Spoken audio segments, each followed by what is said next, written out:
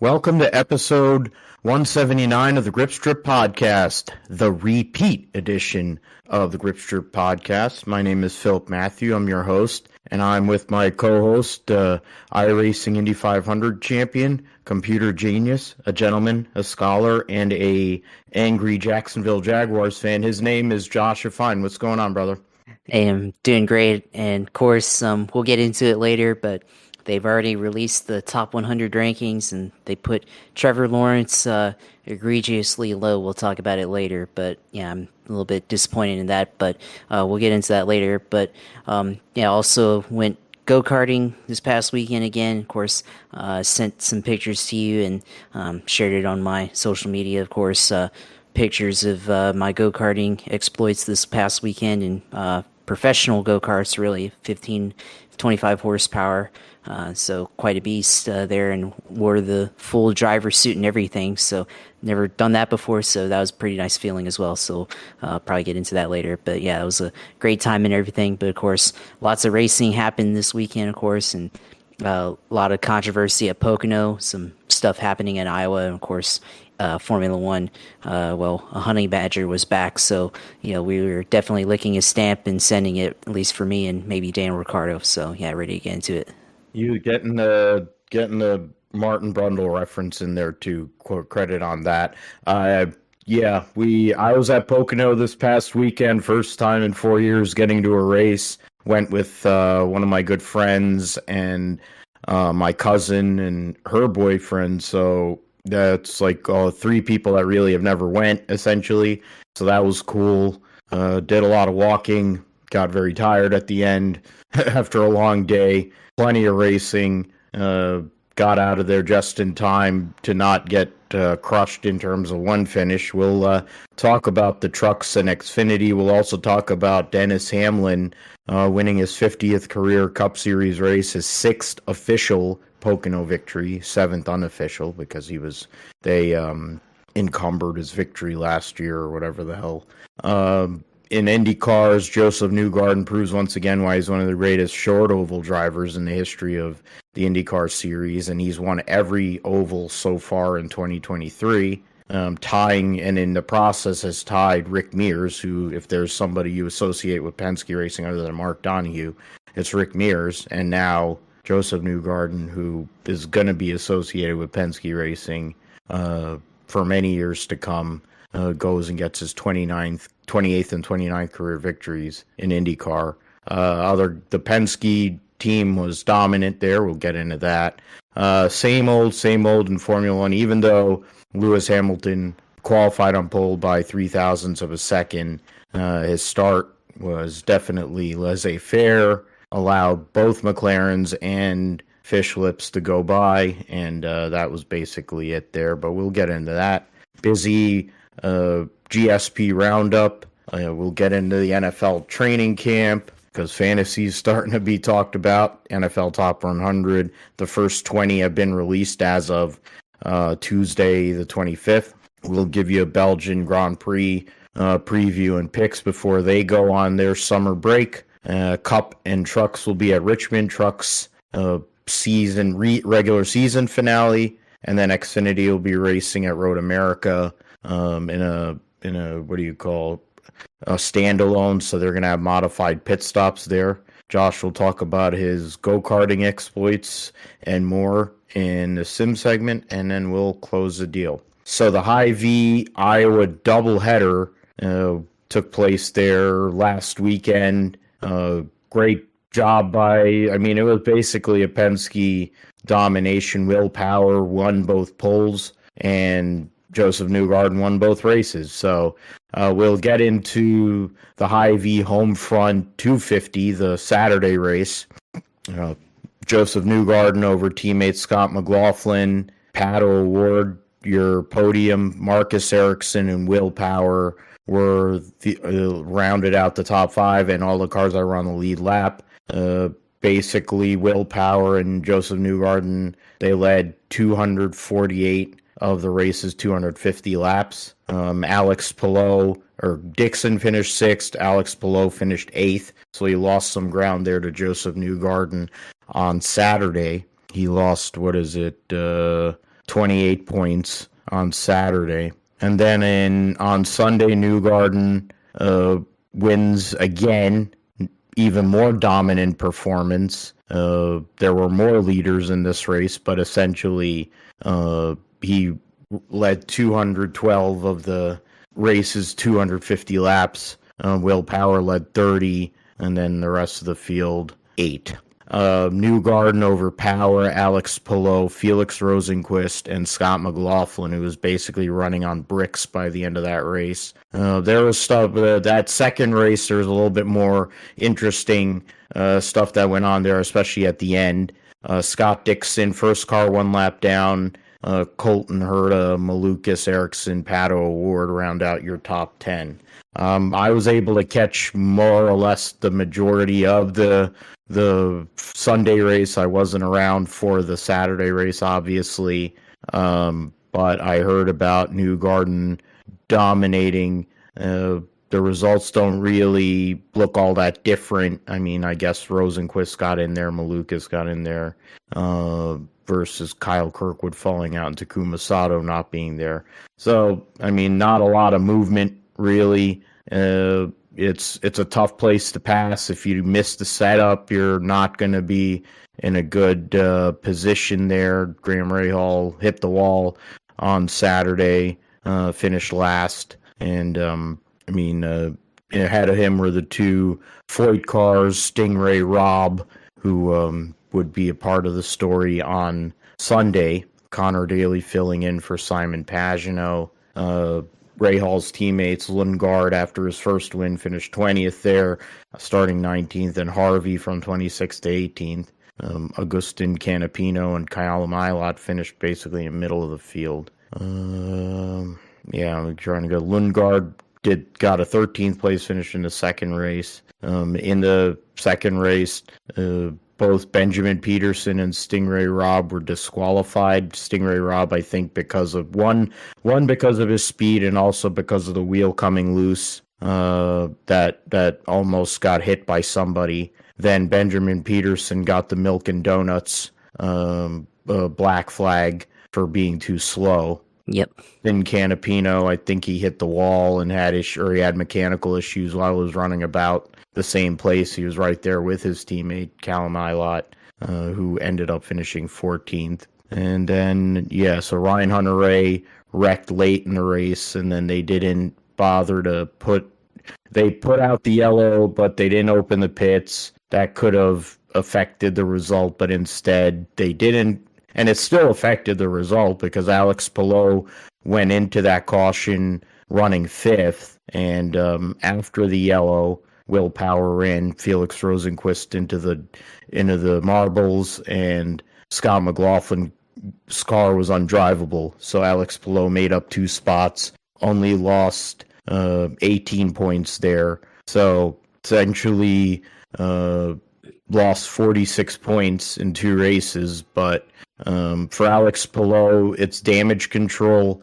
but to get 2 top 10 finishes at probably his weakest, at the weakest concept, Josh, in terms of short oval racing, getting a podium out of the second race, I think is consolidation when Penske basically had the field covered the whole entire weekend, whether it was speed on 1 lap or being able to run on a long run. Josef Newgarden proved once again, like I said earlier, why he's one of the masters of short ovals. I mean, he certainly is a master of short oval racing here in IndyCar. I mean, obviously, been talking about it for a while leading up to this race about how this is Newgarden's chance to get back into the championship chase, and now he's only 80 points behind Alex Palou here. And last year, remember, we talked about how he dominated Saturday, and then on Sunday he ended up crashing out, and that was probably a factor in why he didn't win the championship this year. Well, it's not as close to the championship chase this year. It's still pretty far back from Palou being 80 points back, but still this could be a catalyst here for him, and this especially the next upcoming races. We'll see how it goes, but you have to consider possibility of Josef Newgarden making a kind of mid-late season comeback to challenge Palou for the title. So it could be an interesting setup as we begin the final stretch of races here, going into the conclusion of the season. So Newgarden, of course, dominated this race thoroughly on Saturday, and at first it was Will Power leading a ton of laps, but then he made a mistake and ended up almost falling a lap down there at the very end to his teammate. And I think Josef Newgarden probably really wanted to put his teammate a lap down there based on how he was driving, but with the pace of Scott McLaughlin at the end coming up on him, it's really hard to risk trying to put your teammate a lap down in fifth with your other teammate coming up on you. And so it's probably best just to play conservative there, which I think he ended up he ended up doing there. So Saturday race dominant, and then the Sunday race, of course, equally as dominant. And it was just a interesting setup there at throughout the race. Even though Newgarden led 212 laps, his teammate led a handful in 30 laps, and at least Palou, his chances of extending his championship lead. Even though he lost points to Newgarden, still came away in third. So on Sunday, so that's a little bit of consolation there. Rosenqvist, of course, what we saw from him at Indianapolis, I think, kind of goes back to what he's been able to do on ovals this year, of course.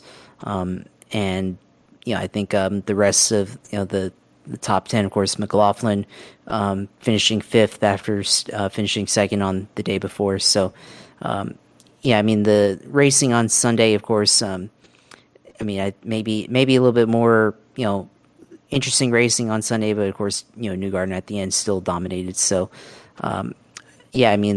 short oval racing, I think we need more of it here in IndyCar, more than just Iowa. We can say that Gateway is the short oval, but maybe in IndyCar sense it is, but we need more of this, so we'll see if other tracks like Milwaukee Mile get back onto the schedule next year or the year after or something like that, and see if maybe if they can get Richmond might be too similar, but it was supposed to be a race a few years ago before it got canned for COVID. So possibly that, or other short ovals around the country that can handle IndyCar racing. Phoenix, get that track back on the schedule. I know in Cup it's probably not that great. IndyCar maybe not so much either, but I feel like it's a historical IndyCar track and definitely deserves to have a place on the schedule. So got to try to increase the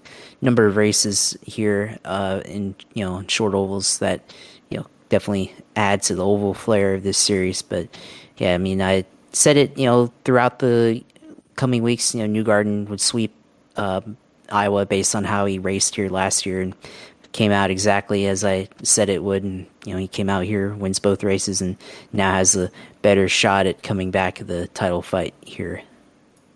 Yeah, to be down 80 points, it's nowhere. It's not like he's anywhere out of it. You think about how many races that are left to go in the season.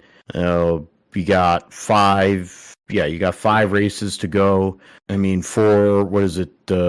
3 on permanent road courses, 1 on an oval, and 1 on at home for him on a street course. The Big McKine Music City Grand Prix. We'll see if he can. He's had bad luck at Nashville in a couple of years they've been there, so let's see if he could turn that around. 120-point lead Alex Palou has on Scott Dixon. The battle for 4th in points is very close. It's only 14 points separating Marcus Ericsson in 4th, Will Power in 7th. McLaughlin and Award are tied, 329. Colton Herta, Christian Lundgaard, and Alexander Rossi round out the top 10. Kirkwood, first car out there in 11th. Rosenqvist 12th, and that's basically it there. Rosenqvist looking for a ride more than likely. Had a car that looked pretty sporty there late in the race. probably lost out on an opportunity to try and make a move. I don't think it would have mattered, but he did show speed, as Josh mentioned. The oval speed is when he had the Senna or whatever, the Marlboro McLaren throwback at Indianapolis, and he had one of the fastest cars in the racetrack, and then I think he binned it in the race or to give it away. But see what happens. Only one more oval this year, so right now Penske showed a lot of power there. I don't know, no pun intended. But Ganassi has got 3 of the top 4 drivers in points. One of them is a free agent. For all the talk and everything that you're doing with Ericsson, I don't think he's going anywhere. I have a hard time believing he's going anywhere. But we'll see what happens with that. We'll start with the Cup Series at Pocono Raceway. I decided not to go, and it was a good idea. Not the least of which because it was a convention, family reunion for a good segment of the fan base there, especially by the reaction towards the winner. The highpoint.com 400, which basically was a Hendrick and Gibbs benefit, which is not shocking because that's been the whole year. Joey Logano won the first stage, but ended up getting wrecked after pitting and then being pulled around the track on the splitter and bouncing around for 2 miles, which he wasn't happy about, and spoke to Elton Sawyer about. And then I'll get into more details because he wasn't the only one that was wrecked on for either no reason or just based on stupidity. Dennis Hamlin gets his 50th career Cup Series victory, breaking his tie getting into a tie with Junior Johnson and Ned Jarrett, I believe, and then breaking his tie with Tony Stewart when they're at 49 victories. I can just confirm that. Yeah, Denny Hamlin is tied with Ned Jarrett and Junior Johnson now. He was tied for 16th. Now he's tied for 13th in wins. So we'll see what happens with that. He moved Kyle Larson, basically a similar move to what he did to Ross Chastain, but it was more, I think there was definitely more intent in the Ross Chastain move because he had not bothered to clean him out. He didn't really clean him out, but he put him in a position where in his mind, he's like, well, you have 2 pedals, you can get off the gas and not hit the wall, or you go and hit the wall. And his justification, he doesn't think he hit him. I think he did, but whatever. Yeah. I don't really care because I'm not a Larson guy. There was a lot of people at the racetrack that were, it seemed like, and made their thoughts known. The results of the highpoint.com 400 at Pocono, Denny Hamlin, Tyler Reddick, his driver. I really thought during the practice he had the fastest race car out there. In the end, it was Martin Truex Jr., who probably had the best race car. And then you had Kevin Harvick getting a top 5 finish, which is something. He did start 4th, so it shouldn't really be that shocking. Keebler Gibbs gets his first top 5 of his career. Christopher Bell 6th. Richard in 7th. Harrison Burton getting a top 10. Eric Jones in 9th. And William Clyde Elliott the 2nd in 10th after starting tailback after spinning out in qualifying. Byron led the most laps in the race. Larson led the second most laps. So that was 84 of the race's 160 laps. But in the end, they don't have much to show for it. I mean, stage points and the playoff point in Larson's case. But in the grand scheme of things, that wasn't the only incident. There were plenty of people, which I'm going to get into more detail here in a few moments' time, but Denny Hamlin and Tyler Reddick were connected to 2 instances that took place on Sunday afternoon, Josh. But what were your, I mean, well, before we get into all the argy bargy that went on all day, what did you think of the Denny Hamlin move and Kyle Larson actually showing that he has a pulse in his post race, and the fact that Kimi Kuhn probably did a better job than most of the people in NASCAR media with the way she handled herself the whole entire day, and doing her job there for NBC. I mean, yeah, I agree that Kyle Larson and, well, Denny Hamlin, I think he made contact. I agree that I think he made slight contact with Kyle Larson on the finish of that race. And I mean, it wasn't as heavy as Ross Chastain last year, but it was definitely enough to get him out of the way and make him go into the wall. And it wasn't as intentional contact, of course. Denny says it was more of an arrow thing, which maybe, I mean, it might be plausible because I think if he had made more contact, I think Larson hits the wall harder. But I mean, there's been several examples over the season since then of car being on the inside trying to make a pass coming off of corner exit and having a car on the outside. Of course, Larson, Bubba at Las Vegas last year, Ross Chastain, and Noah Gragson at Kansas. Those are two good examples, of course. And this incident that we saw this past Sunday, and I mean, Denny took a chance. Going on the bottom, he basically throttled up middle of the corner and went for it and put Larson in a position where he was vulnerable and compromised there, and led to them basically being side by side off of the corner. And then Denny had to protect his position by going all the way down to the bottom just before the apron there. And any further, and it risks really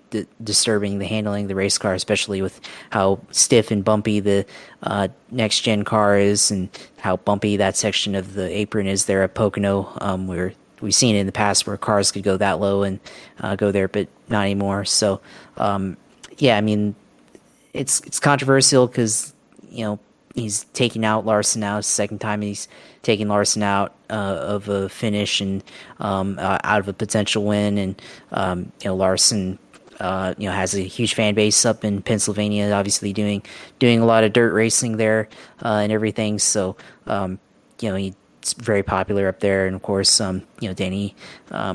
Denny's always been kind of a smug asshole, his whole career, and we call him Cokehead Hamlin and everything. I mean, takes go all the way back to 2008 when him and Brad Keselowski first got into it and everything. And I was on Brad's side that night, and haven't really been much of a Hamlin fan since then. I mean, I find his podcast interesting, but I feel like I don't really care about him that much as a racer. So he always just pulls off these moves, of course. And I mean, go back to what he did at Charlotte. He was right that Chase Elliott wrecked him there, but he went and cried like a baby about it and everything. So I don't think that's a lot of reason why Denny isn't. I don't think Denny's that popular and everything. But he gets the people talking. But the move itself, I mean, he's trying to be more aggressive, trying to go get the 50th win, 600th win for Toyota and everything. So, a lot on the line there. And, the way that, you have to race these days, you've got to be super aggressive. And, with Larson, I mean, I thought Larson at first, when I saw it, I thought maybe he went too high into turn one and then, opened the door for Denny Hamlin to take charge on the inside, but really he maintained his line the whole time. And then, Denny just tried to shoot the gap there, coming off the corner and, drifted up into Hamlin. I mean, he probably got tight. I mean, I'll buy it. He got tight, but I mean, he definitely looked like he made contact there, from what you'd see from Harvick's, vantage point and what you'd see from, just the regular cameras and everything. So definitely got into him there, and that's probably what won him the race and everything. And then of course you talk about Larson showing a pulse and everything. And yeah, I mean, showed a pulse there, but I mean, it's very, very Kyle Larson-like of a pulse. I mean, still fairly calm and everything as he usually is. And, now he's got a decision how to race. Seems like he's going to race Hamlin the same way that he's been raced so far this year. And we'll see if they get side by side this weekend at Richmond or any time later,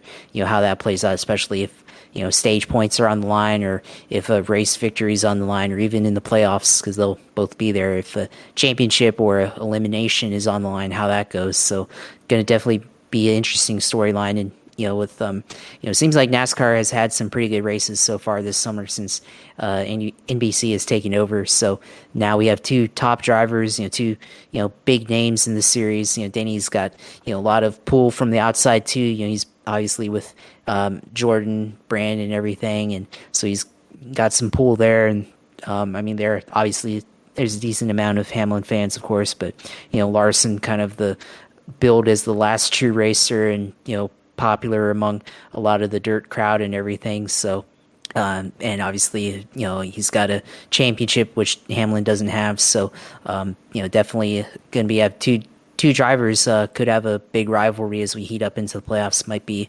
the injection into the season in terms of storylines that we need to see, and add another layer of excitement going into the NASCAR playoffs this fall. And I figure Larson's going to save that opportunity, just like Clyde did for late in the season, to probably destroy him, whether it gets to the Final Four and he destroys him, which would be more obvious, but probably somewhere in one of them rounds, I think Larson hooks him. I mean, Bubba did it to him when he ran Bubba into the wall. Larson has had a history of hitting people and putting people in the walls, so they're both hypocrites. I mean, the vast majority of the drivers in this sport are.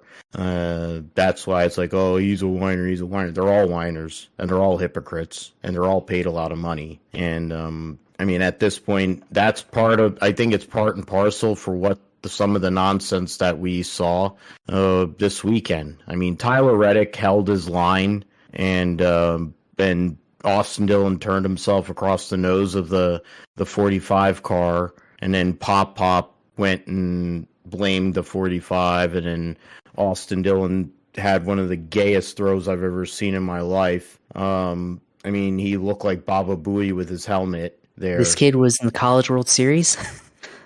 Yeah, I get he may have been dropped on his head once or twice. I know he's Mike Dillon's kid, but for fuck's sake, that throw was god awful. I hope Ace didn't watch that, because he'd wonder about what the hell his dad's doing. It was not a great day for the Dillons in general. It's not like they have many great days because they suck. Ty Dillon ran over Chase Briscoe for 28th, for whatever reason, I don't know. The justification, it seems, was to cause a caution to help his teammate, Corey LaJoie, because he was having to save fuel. And then, in turn, Corey LaJoie went and spun Ryan Preece at the end of the race, and they didn't call a yellow until they were about to head into the tunnel turn on the green-white checkered. Which, I mean, Spire Motorsports, then you have the 77, they're getting Bono Mannion. I'm like, you could go and put the ghost of you could get Leonard, you could take Leonard Wood, he's still here, you could take Dale Inman, you could have Ray Evernham and Chad Knaus, and that 77 car's still gonna suck ass. Bono ain't gonna save that piece of shit.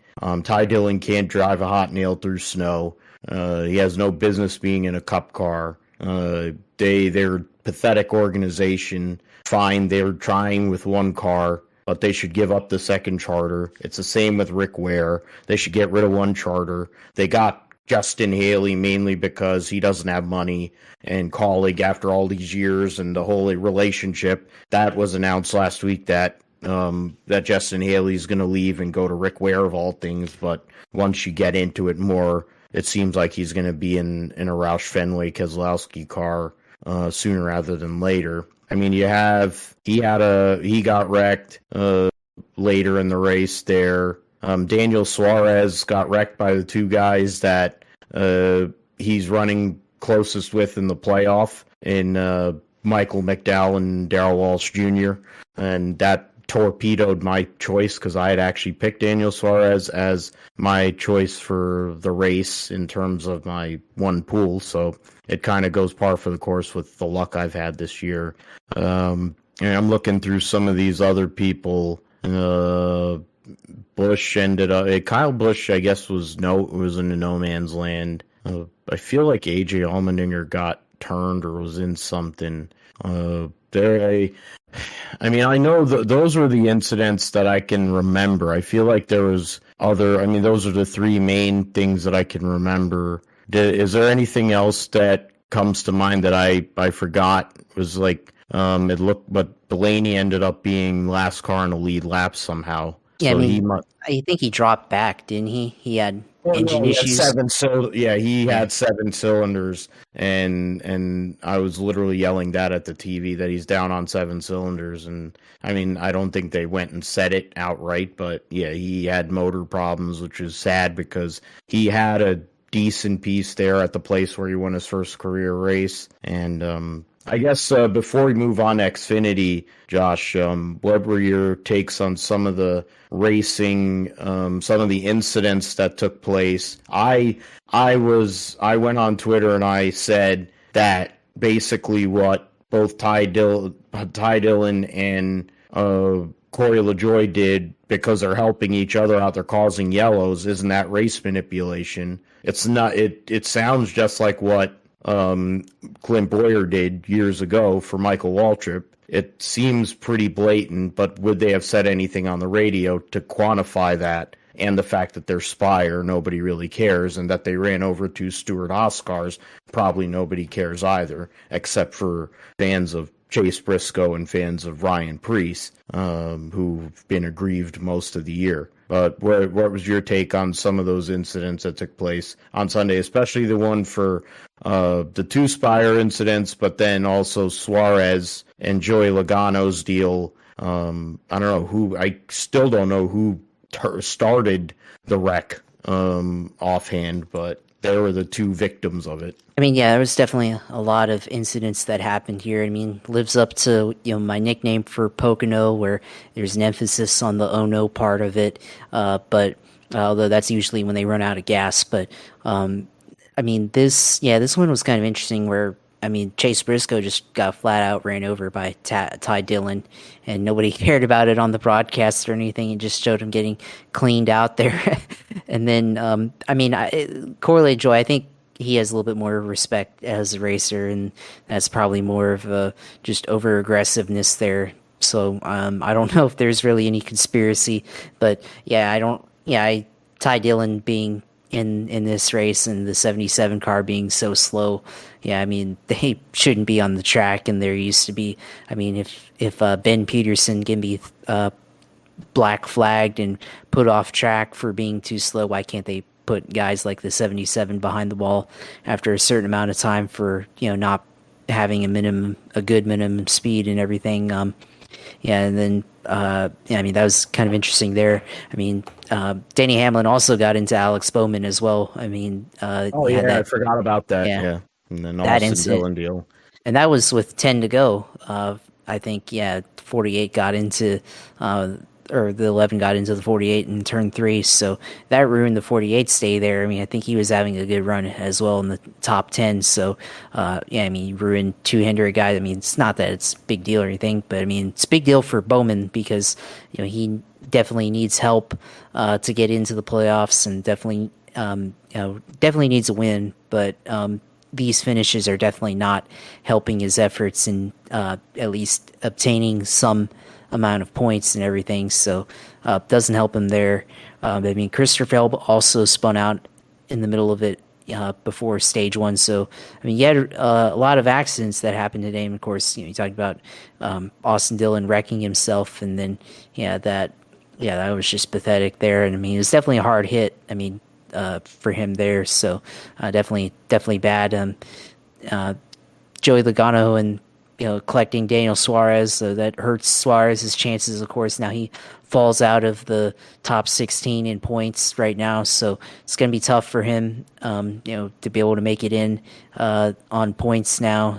It's got to be able to win, of course, and Joey Logano, unfortunate deal for him, but of course, angry at the safety staff and the towing staff, I guess, because there's got to be a different way to get him to pit road and not cost him the race, after being on 4 flats and everything. So definitely there has to be a better way to get him back without losing time, and then ended up falling out of anyways after a few laps because he wasn't, he didn't meet minimum speed and everything, which is disappointing based on how winning the first stage and everything didn't help him there. So a lot of stuff happened and everything. So this race had definitely a lot more incidents than what I thought it would have. But at the end, it is tough to pass at Pocono, so that's probably a factor into some of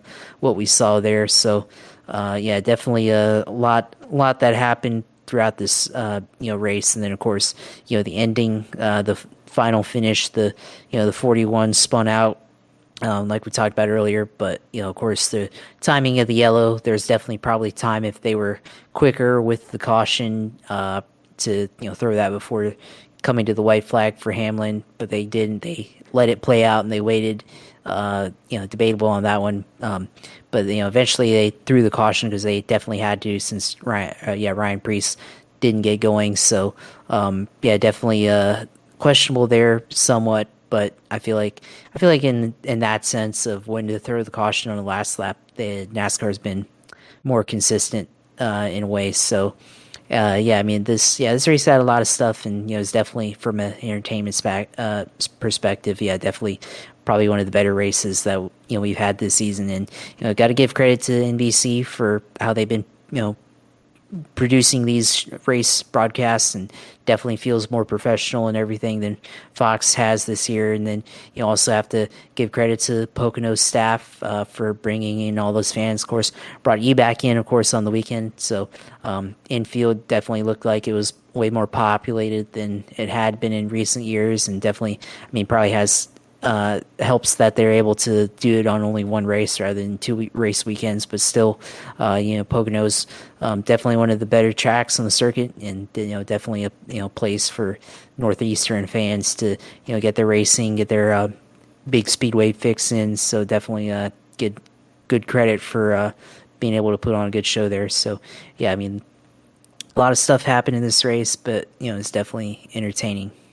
Yeah, and you brought up the point about the car and being hard to pass. That's been one of the issues. I thought part of them developing this car was they're trying to get rid of that aero push or aero tight, and having the wash problem would be dissipated because of the diffuser. Well, it's the same problem that they've had for years, because engineers have made it to where you can't pass. I think it was the Gen 4 car before they made it. They made the Lobsters and T-Rexes and all the whatever the hell cars that when they were still symmetrical. I think it was maybe the last time where we weren't really talking about aero push because the cars were off the ground. Now they basically put them on bump stops, and they're basically stuck to the ground. I don't know why, but I've said that for years, and that's, nobody's hearing me, but it doesn't look like a regular car. I would say if you're going to make it stock looking, then get them off the fucking ground. That might make a difference in terms of the diffuser. Yeah, they won't have it sealed to the ground, but air will be going under it. It'll make that would justify getting some more horsepower, make the car harder to drive, etc. Yeah, well, you can't get into that because that's supposed to be the hardest car to drive out of all the series, but the XFinity car is.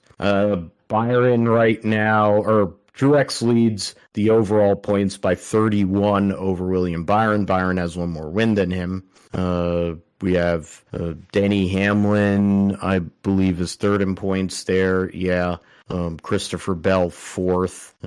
Ross Chastain 5th. Let me go through it this way, yeah. Kyle Busch, Larson, Harvick, Blaney, Joey Logano round out the top 10.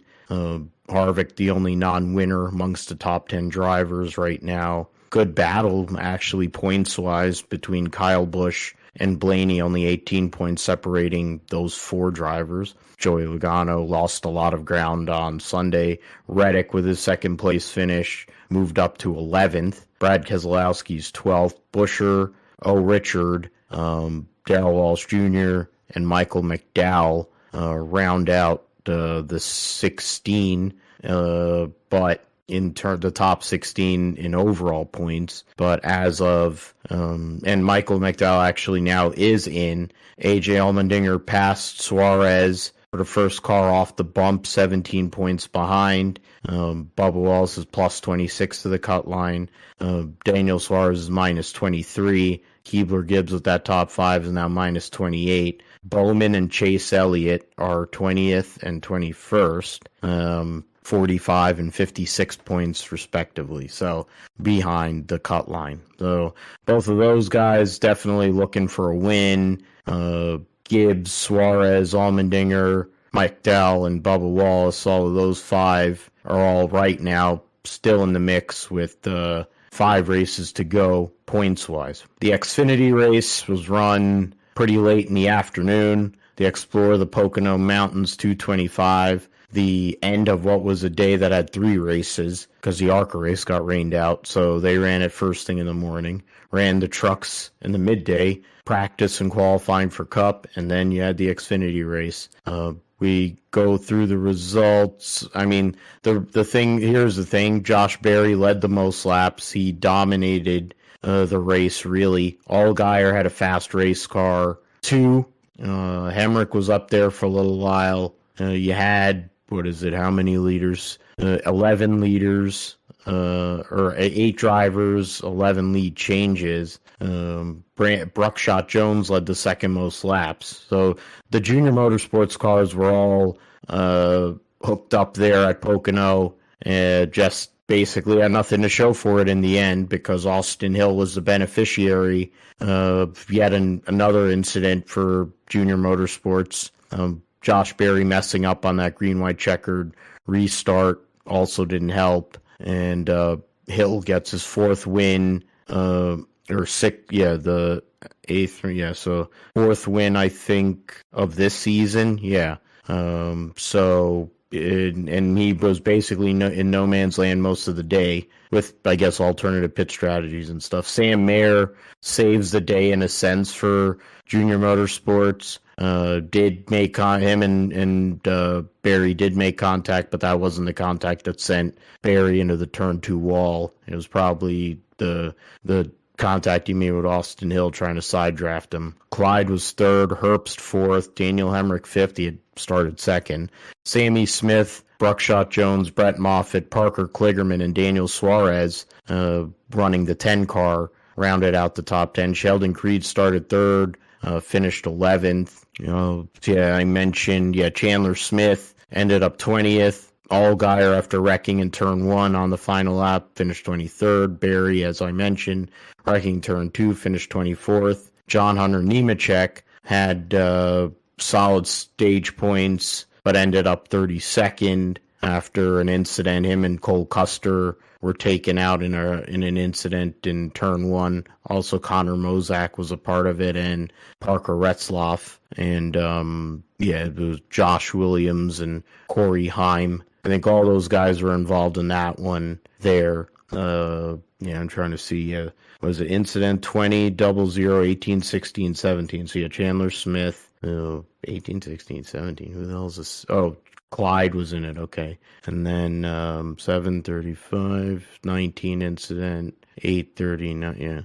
Oh, yes. And Ryan Sieg spun out as well, trying to avoid Berry. And Sage Karam, a home game for him. Basically start and parked a CRC brake clean Chevy 7 laps in with transmission failure. That H-pattern gearbox versus the sequential and the Cup car. Of course, he hasn't driven a Cup car, but he's used to that. But yeah, Austin Hill, a beneficiary of the unfortunate luck for the junior motorsports team, but Sam Mayer goes and gets some solid points, gets himself within 8 points of Daniel Hemrick in ninth, and gives himself some more ground on the cut line too. Yeah, I mean, I think that finish there at the end with Josh Berry, had a chance to go out and win the race, and then ends up in the wall instead. So that has to be disappointing there, and led the most laps, started on pole, and definitely choked away that final restart, and went too high into turn one and gave it away to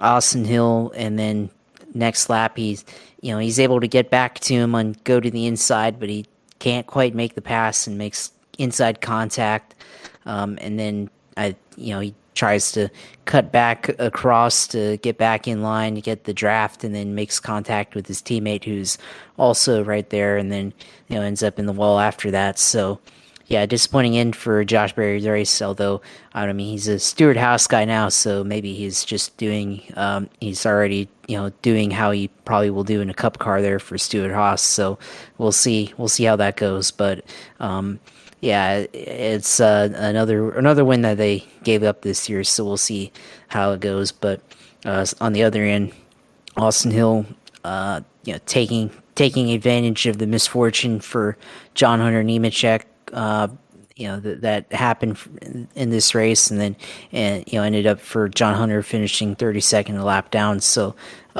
still in the lead, but now Austin Hill gains to within 13 points of the playoff point lead here. So that's the advantage there for Austin Hill. Sam Mayer, of course, ends up carrying the flag for Junior Motorsports, and honestly, if he played it right, could have been there and had a chance to finally get his first win. So although played it probably a little bit smarter. I think if you try to shoot the gap between Hill and between Berry, you have risk of making contact with one or both of them and taking yourself out there. So maybe the smart move to let him back in line, and then end up getting second there. So yeah, good effort there for Sam Mayer. And then Chase Elliott, of course, trying to get in some extra reps to try to get him into the playoffs in the Cup side. Led a handful of laps there, and then end up finishing in third. So decent effort for the third Hendrick, for the Hendrick car there. And then, of course, Riley Herbst, of course, had the fuel strategy there at the end and ends up getting top 5 out of it. So, maybe could have had a better effort there, but didn't get a good push on the final restart there to have a chance and everything. And then, of course, Brandon Jones been kind of out to lunch for most of the season. Last couple of seasons at Gibbs has had at least a win or two, but this year has only had 1 top 5 and 4 top 10 finishes, and led 12 laps. So yeah, definitely better effort there for that team. And then, of course, seems like there's some rumors that they might be going to back to Gibbs next year. So that's kind of interesting with how the deal. I thought the deal was a multi-year deal with Junior Motorsports, so we'll see how that happens there. But maybe there's an exit clause or something. But yeah, hopefully you enjoyed this race. There was definitely a lot of stuff that happened. I definitely think Xfinity racing at Pocono is definitely pretty good. I think probably the ability to pass there is better than the Cup Series. Definitely the package, I think, benefits them there, and you're definitely going to see a lot more action, of course. But hopefully, you're able to see good enough things before you took off there before the end. So, definitely this race pivotal, and possibly for a handful of drivers here, and possibly maybe it sets up the final stretch here into the last bit of the regular season for the Xfinity series. Yeah, for the majority of the race that I was there, Josh Berry was doing pretty well, so I was happy. I left with 20 to go. Got back to my car to listen to, I think, the last 2 restarts and hear last, I think, 8 laps of the race or something, whatever the heck it was, 6, 8 laps, something like that. And then I was driving out of there when Barry effed up the restart, and that was that. So I was glad I didn't stay, because I wouldn't have been very happy. And I wasn't watching qualifying, thankfully, for Cup, or else I would have been nauseated. I was saying that Briscoe's car sounded like it was on 7 cylinders. It probably is, but then the car's also a piece of shit too, so it doesn't help. Yeah, so we'll see what happens with that. You mentioned Buckshot Jones. You also Riley Herbst. Herbst gains 8 points on the cut line over Parker Kligerman. He's now 26 points up on Kligerman. And Brett Moffitt minus 49, Buckshot Jones minus 54. I mean, I guess because there's a chance that John Hunter might be moving up the Cup. I don't know where he would fit, because unless they were going to go and make 3 full-time, like they were going to commit back to 3 full-time Xfinity programs instead of 2 with a third car for a bunch of different drivers, because Sammy Smith ain't moving anywhere. He's going to be there. Don't really know what John Hunter's options would be, unless something has come up that we don't know, mainly because of those charters and whatever, maybe having to give up charters. Maybe somebody's going to buy one like 2311 for the 67 and he'll go and get that or something. I don't know. But we'll see what happens with that. I mean, Junior Motorsports definitely has 1 car open, and we know 1 car is guaranteed to be there forever, and that's Justin Allgaier. I figure Sam Mayer is also going to be there, so they could have 1 or 2 openings. So we'll see what happens with that. Truck Series race was pretty cut and dried. Honestly, the CRC Brake Clean 150. I mixed up the races that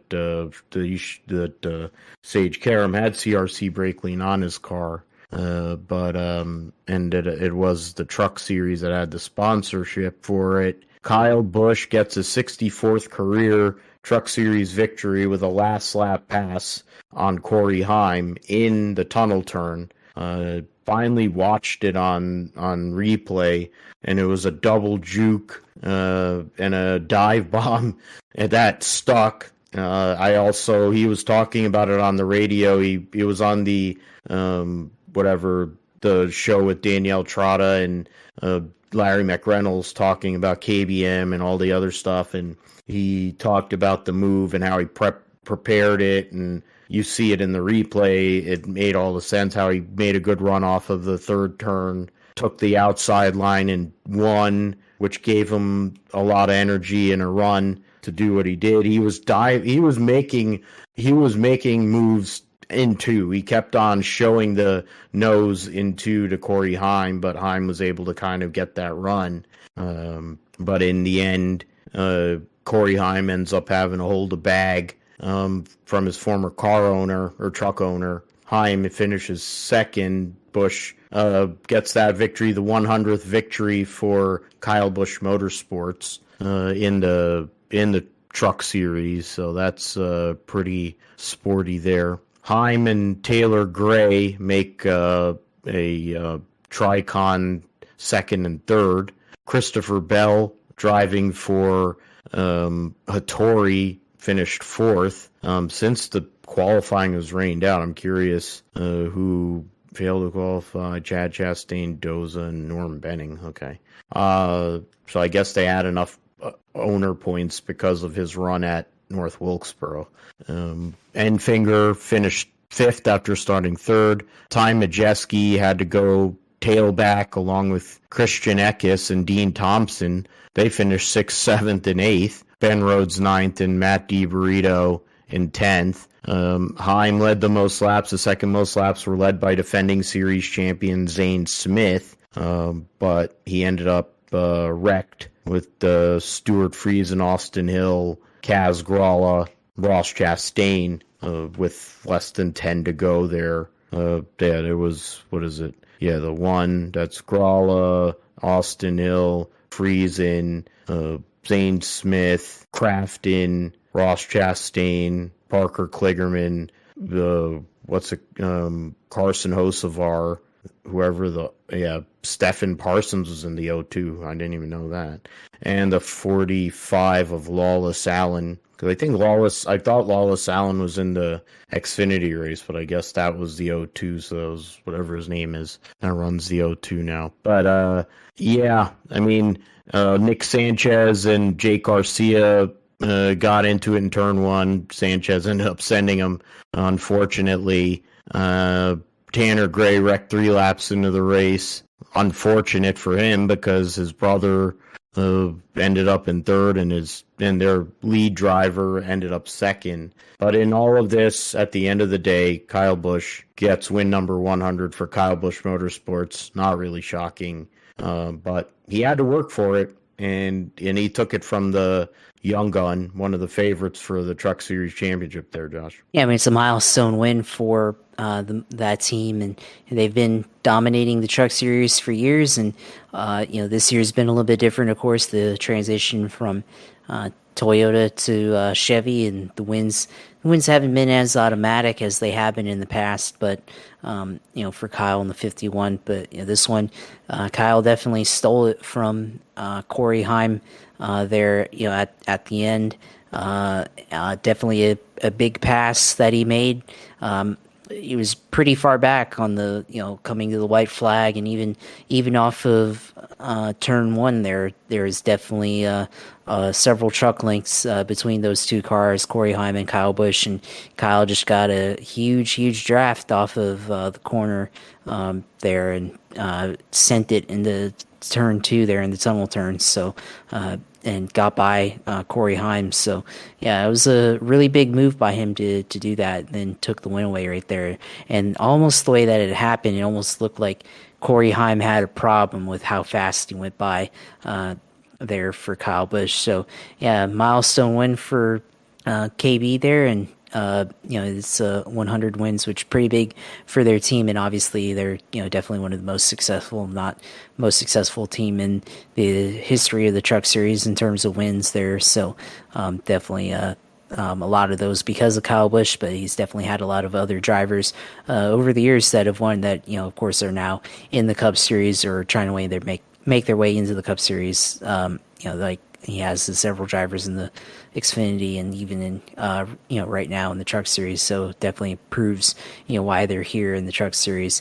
But for the rest of that race, I mean, of course, is definitely typical truck race at Pocono, but of course, at the end, of course, big wreck there, taking out several drivers, including Zane Smith, who of course ended up on fire coming back to the pits and everything. So unfortunate for him there. Of course, led a good chunk of laps, 19 laps, and started in 6th. So Zane, of course, still has a chance in the championship here as we get ready to close out the regular season. But he's not been as consistent, as I thought he'd be. Now Corey Heim, of course, still the truck point leader now, and still has a fairly big lead on Zane Smith with 42 points between them. So it's maybe not as much of a contest with the regular season title on the line next weekend at Richmond. So we'll see how it goes there. But yeah, I mean the race itself, typical truck racing at Pocono, of course. And Chris Bell, who I picked to win, ended up finishing 4th there. So hard to go up against Kyle Busch there and everything. So yeah, I mean Corey Heim still, that'll be a move for him to learn from later on, and maybe learning from that, try to defend that better if it happens to him later on. So yeah, that was definitely a good finish though. So we'll see how the rest of the season, the playoffs, how it plays out for him and how everything goes between him and probably his main championship rival in Corey Heim. Yeah, I mean for Heim, he has, you mentioned, that big lead outside of him having a mechanical or something at Richmond, I would venture to believe he'll get the 15 playoff point bonus for the regular season champion, and he didn't even race one race. He missed a race. So credit to him and credit to Tricon, the Gilliland Gray racing team, DGR, whatever team last year. I mean, Zane Smith's up there. He'll be second. Enfinger, Rhodes, and Majeski are all tied.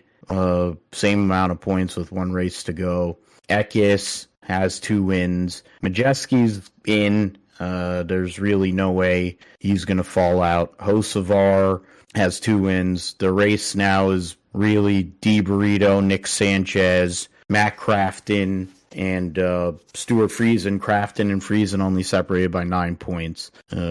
Stuff could happen for D. Burrito or Sanchez to get knocked out if somebody from outside of the top 10 that isn't, or it isn't Matt Crafton or Stuart Friesen, so Tanner Gray on wins, then the bump line moves one below, and that would basically end the season for Matt Crafton. He's been on the cusp. They made crew chief changes and all that, but we'll see what happens if we'll stay with the point standings as they are, or if something wild will happen this weekend at Richmond. Formula One Hungarian Grand Prix, try to keep this short and sweet. Fish Lips ended up winning the race. It was a lot of hopes for Lewis Hamilton after getting a historic pole, beating Verstappen by 0.003 of a second, and but Verstappen got off the line like a rocket, and so did both of the McLarens. McLaren, and for whatever reason, decided to pit Oscar Piastri second instead of first, even though he was in second. Basically screwed his entire race there. Verstappen, Norris, Perez, the podium. Lewis Hamilton fourth, Oscar Piastri fifth, George Russell sixth. The Ferraris of Charles Leclerc, Carlos Sainz seventh and eighth, and then the Astons of Fernando Alonso and Lance Stroll ninth and 10th. Fernando Alonso last car in the lead lap. Alexander Albon was close to possibly getting another point for Williams. Daniel Ricciardo, in his return to Formula One, finishes 13th in the AlphaTauri. And the Alpines ended up having dual DNFs in the first corner after an incident initially caused by Joe because he had basically was DOA on the start, so had hesitation or stalled or whatever. Then I'm trying to think, him and Valtteri Bottas had issues on that start as well. I'm trying to remember which one of them started the wreck really going into turn one. Gasly ended up hitting Ocon and splitting it. Ocon ended up flying over and breaking his seat. That was so yet another double DNF for Alpine. They didn't even make it 2 laps. Nightmare scenario. Logan Sargent ended up having mechanical of some sort and finished 18th, still chasing that elusive point. And the race behind Fish Lips was somewhat interesting. 6 seconds or less than 6 seconds separating Norris, Perez, Hamilton. Norris then went and smashed Max Verstappen's trophy, which was funny. But then because they're butt buddies, it really doesn't matter. McLaren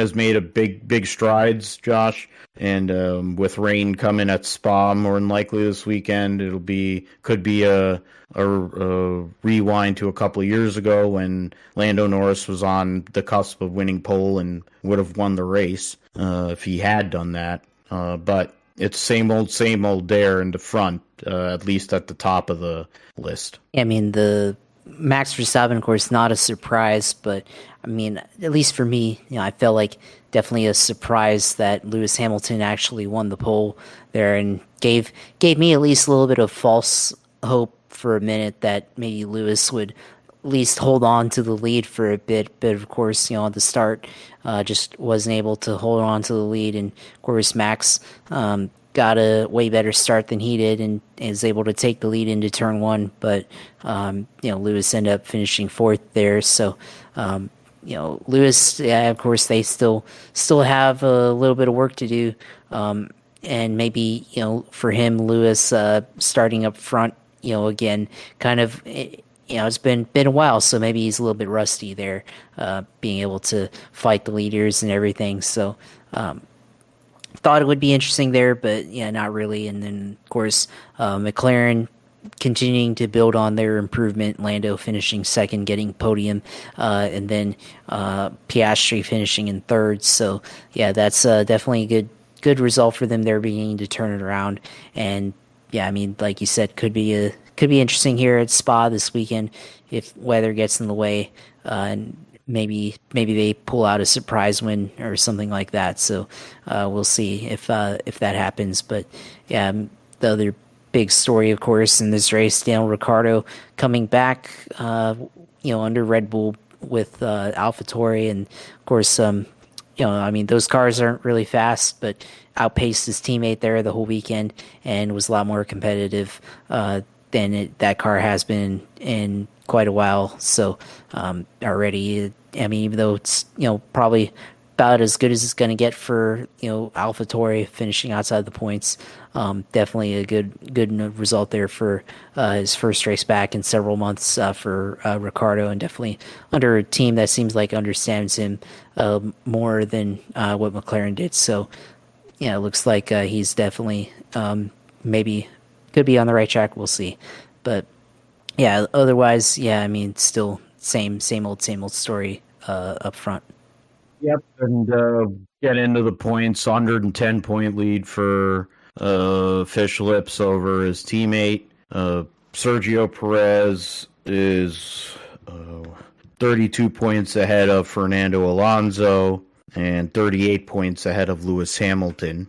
So Hamilton trying to get to third in the Drivers' Championship didn't seem possible earlier in the season, but Aston Martin has fallen back. George Russell is in fifth in a battle basically with the two Ferrari drivers at the moment. 3 points ahead of Sainz, 10 points ahead of Leclerc. But Lando Norris is rising after a couple of second-place finishes now. He is only 30 points out of fifth, and it seems like there's a possibility he could move up further. Oscar Piastri has been left wanting the last couple of races. I think he will get in the top 10 and stay there more than likely once he gets there because that car is so good. In terms of the constructors, don't really have to worry about. We already know who's going to win the Constructors' Championship. They're 230 points ahead, basically. 229 ahead. And then Mercedes is 39 points ahead of Aston Martin. Aston Martin is 17 points out of Ferrari. So that's for, they would talk about second, third, fourth. And then there's a huge gap between Ferrari and McLaren, who's right now in their own world, 40 points out of Alpine, who is 36 points out of Williams, and Haas, Alfa Romeo, and AlphaTauri. Nothing changed amongst those four teams points-wise. Their last five teams to be in the constructors, but they'll be going to Spa this coming weekend. Alrighty then, let's get into Formula 2 and Formula 3 at Hungary. We try to go every race season. Oh, so they'll be racing this week at Castellet. Yeah, that's right. Formula 2 and Formula 3. I went, and so we'll start with Formula 3 and the results from Budapest. Gabriel Mini wins the sprint race, and Zach O'Sullivan wins the feature. Get into the sprint race. Mini over Gabriel Bortoletto and Bedrin, Paul Aaron and Goth, Mansell, Colapinto, Edgar, Saucy, and Beganovic round out the top 10. Kalen Frederick was 12th. Sophia Flörsch actually finished 15th. Wow. And Pepe Marti was 20th. So brutal. Zach O'Sullivan 22nd. Kyle Collette buried. Then in the feature race, Zach O'Sullivan over Boganovic and Colapinto. Goth, Paul Aaron round out top 5. Pepe Marti 6th. Bortoletto, Edgar, Fornaroli, and Boya round out the top 10. The points with now 2 rounds or 4 total races to go, 2 rounds, because Spa is the next to last round of the championship. They aren't making up the Imola round, so they haven't put in something in its place for whatever reason. Bortoletto is 43 points ahead of Zach O'Sullivan and 44 ahead of Pepe Marti and 50 ahead of Paul Aaron and Daniel Boganovic, and 51 on Franco Colapinto. So it's a very close battle from 2nd to 6th, 8 points between those guys, and you have Gabriel Mini just kind of hiding over there as well. So we'll see what happens with Formula 3. In Formula 2, the results there from their race at Budapest, Dennis Hauger, the sprint race winner, and Jack Doohan, the feature winner. Dennis Hauger over Iwasa and Oliver Bierman, Teo Pocher, Jan Deruvula, Kush Miney, so Indian drivers 5th and 6th. Victor Martins, Isaac Hadjar, Frederick Vesti, Jack Doohan. Jack Crawford was 14th. Brad Benavides was 18th. Juan Manuel Correa was dead last. And in the feature race, Jack Doohan over Frederick Vesti, Victor Martins, Iwasa, Isaac Hadjar, Pocher, Hauger, Enzo Fittipaldi. Correa gets a point, or 2 points there in 9th. Richard Vayshore rounds out the top 10. Jan Deruvula just outside of the points. We're trying to go through. So Jack Crawford was 17th, Benavides 18th, and Kush Miney was 20th. Standings getting into, they still have 4 rounds to go. They'll run Spa, then they'll be at Zandvoort, Monza, and then they'll take 2 months off or 3, whatever. Yeah, basically from September. So yeah, they're basically taking 3 months off before they go to Yas Marina to end the season. Brad Benavides is one of the only ones that hasn't scored a point so far this year. Vesti is 11 points ahead of Teo Pocher, 21 points ahead of Iwasa. Victor Martins, Jack Doohan round out the top 5. Oliver Bierman in 6th. Jack Crawford right now is 13th. Kush Miney and Jan Deruvula are only separated by a point there. So we'll see what happens with those guys as we move forward. In the World Rally Championship, it was Kalle Rovanperä basically dominated the whole entire rally, won a shit ton of stages, and put a stamp on that whole deal in going and trying to go and win that race. He racked up his 10th victory of his career. Our answer, led the rally league, fast rally. He was having to sweep the road on Friday, still won 15 out of 21 stages, 13 consecutive stage wins, and so I mean that was a big result for him. Gives him, and he won by 52.6 seconds over Thierry Neuville. Esa-Pekka Lappi was 3rd, so Hyundai gets 2 cars on the podium, 3 in the top 5 with Teemu Suninen was in 5th. Efren Evans for Toyota was 4th. Tanak had a 5-minute penalty for an engine change, and now they're looking at how they manage that within the points or within racing. Starting the race with a 5-minute penalty, they probably are going to have to change that because it killed Tanak's whole entire weekend when it's his home race. He had a chance. He could have done something with that race. I mean, he was only a minute 20. He only lost a minute 25. So he probably would have finished 4th or something otherwise. So that's disappointing. Estonia won't even be around on the championship next year. So that's something there. The points right now, Kalle Rovanperä trying to get second consecutive world championship, is 55 points ahead of Efren Evans, 58 points ahead of Thierry Neuville, and 66 points ahead of Otanek.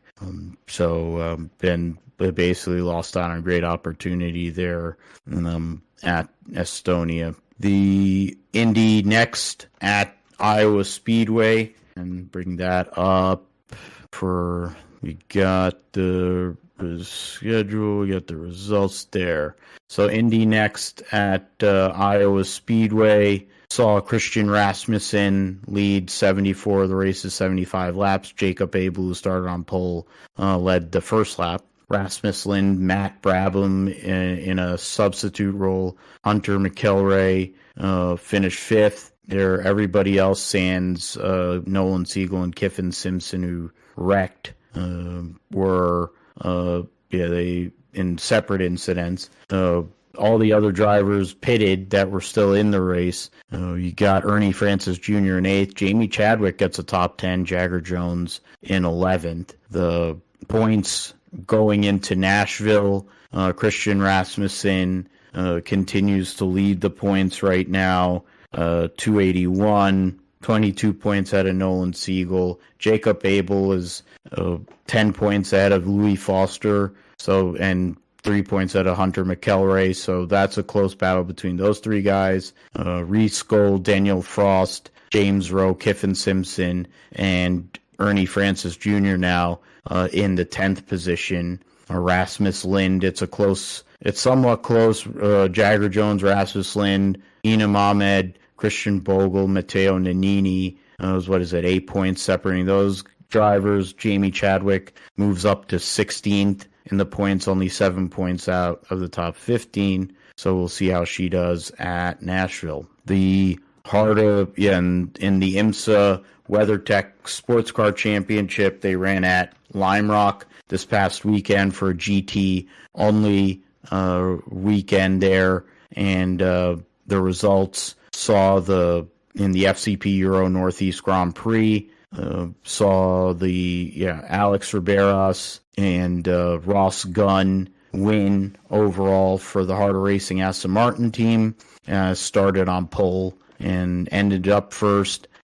Jack Hawksworth, Ben Barnacote for Vassar Sullivan Lexus started second, finished second. Klaus Bachler, Patrick Pile from fifth, finished third. With the Pfaff Motorsports Plaid Porsche, the Corvette Racing Team, Jordan Taylor, Antonio Garcia finished fourth overall after starting in third.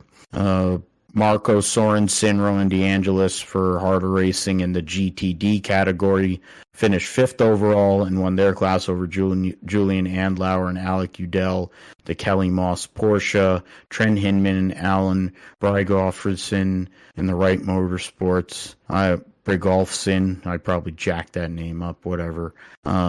Finished third.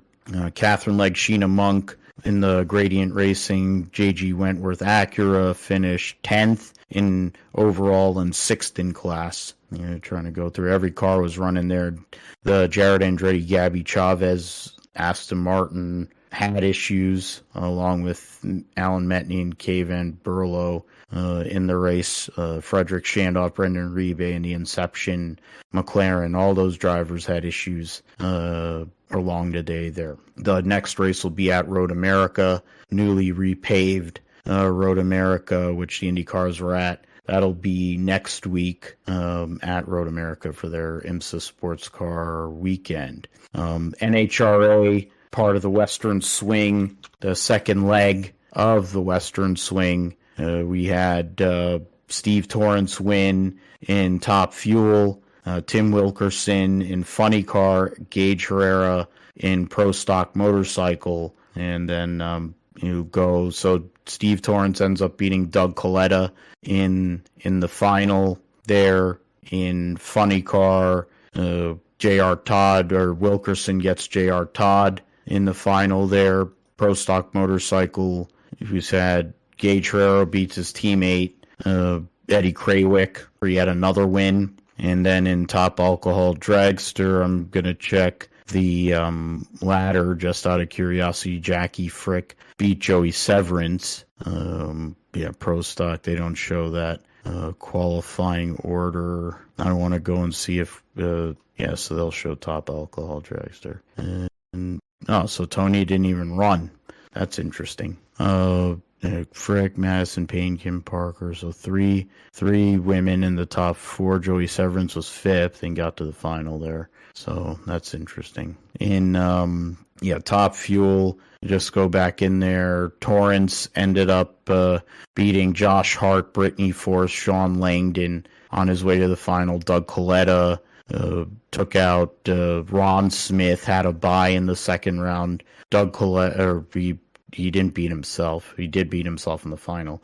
Clay Milliken red lit badly, and then getting finally he got beat by Torrance. In the funny cars, Wilkerson gets another win there.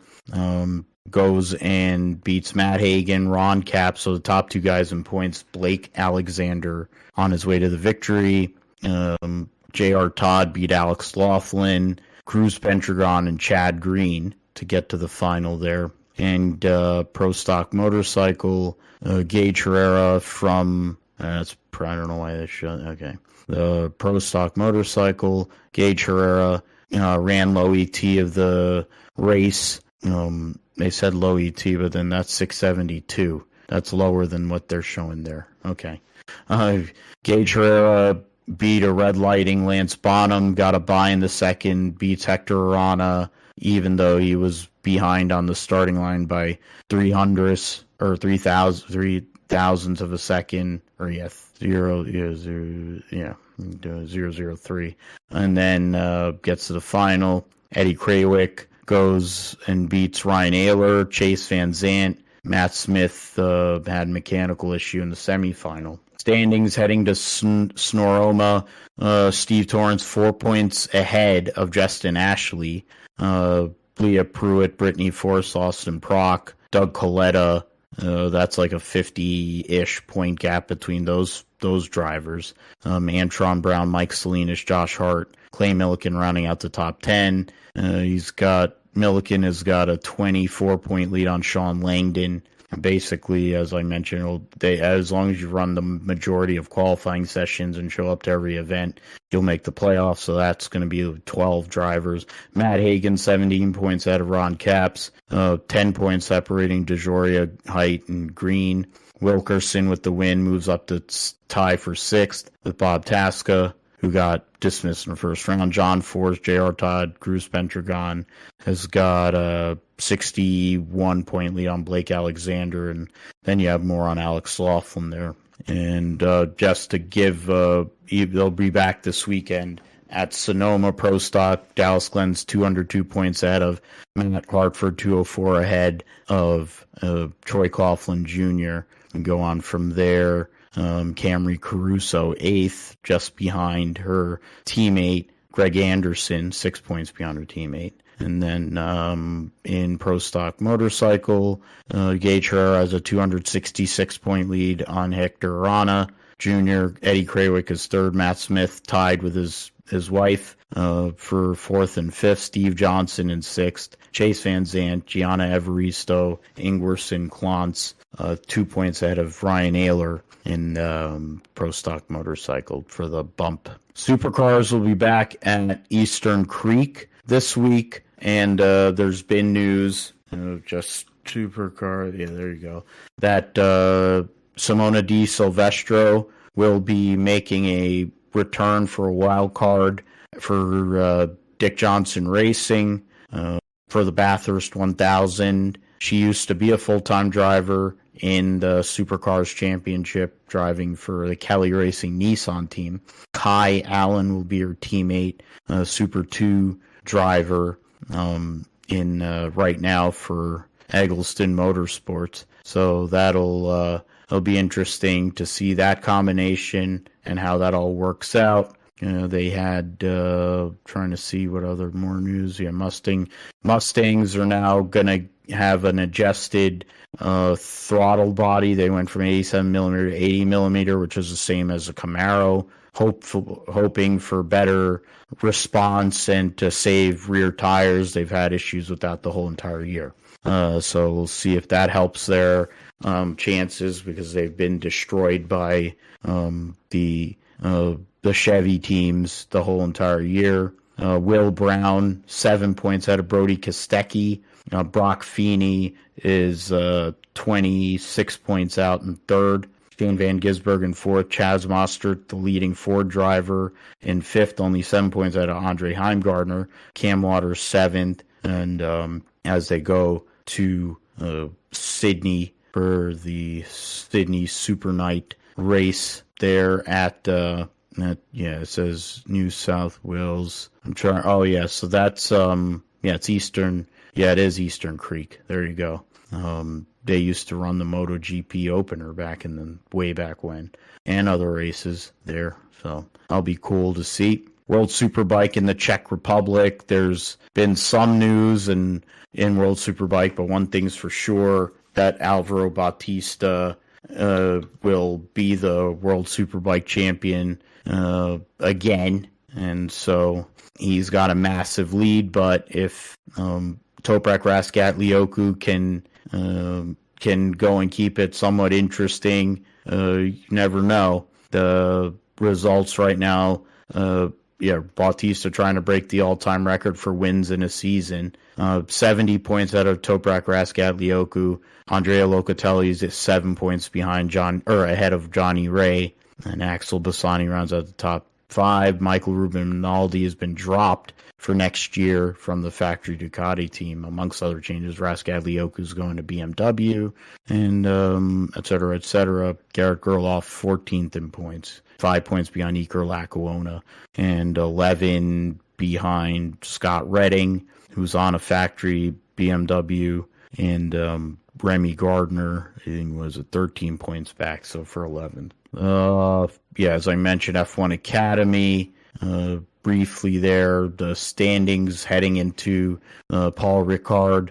Marta Garcia is leading Hamda Al-Khabaisi by 36 points. Lena Buhler is 43 points back. Abby Pulling is in fourth.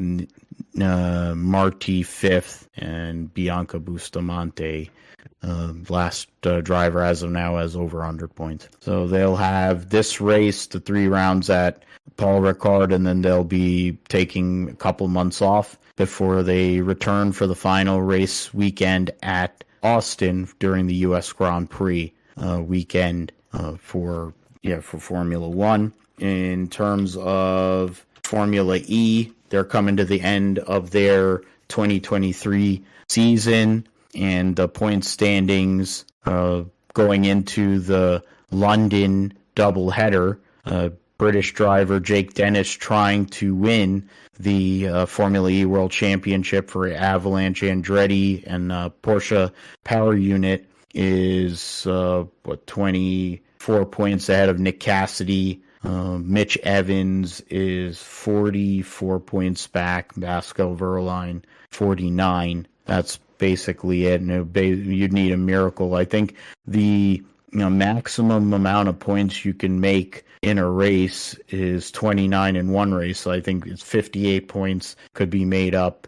So those are really the 4 guys I would consider, really Jake Dennis and Nick Cassidy, the 2 that could possibly go out there and win the championship. Envision Racing has a 14-point lead on the Porsche factory team. Jaguar factory team is 11 points behind the Jaguar TCS from Tag Heuer Porsche. And then 21 points back of second is Avalanche Andretti, DS Penske. So those are the 4 teams up there for the team's title. We'll talk about all that next week on the GSP. All right, so I'll open the floor to you, Josh. I've been waiting patiently to discuss the egregious ranking of Trevor Lawrence, the second, now going into his 3rd year of his career, made his first playoff appearance last year, made an enormous comeback against Chargers that you were in person for. Your brother wasn't happy about it, but you definitely were. It was definitely a crazy game Trevor Lawrence going and getting that victory, Doug Peterson and company. But first year in the top 100, I don't think it'll be his last. And he's 96th out of the top 100. But you aren't happy about it. Yeah, definitely not happy about that because I think Trevor Lawrence is better than number 96 in the top 100 players. And I mean, contextually, when you look at it, they put Tua ahead of him and they put Justin Fields ahead of him. And I think, yeah, that's extremely egregious there because I think Trevor, statistically, I think he performed better than Justin Fields in just about every major category that actually matters in the NFL in terms of QB play. And then I think he definitely performed better as a QB than Tua Tagovailoa. So yeah, I think that's definitely underselling him there as a player. I mean, it's a player ranked list, so I'd really like to know like what they were thinking there. Were they just going off of pure highlights? Is it because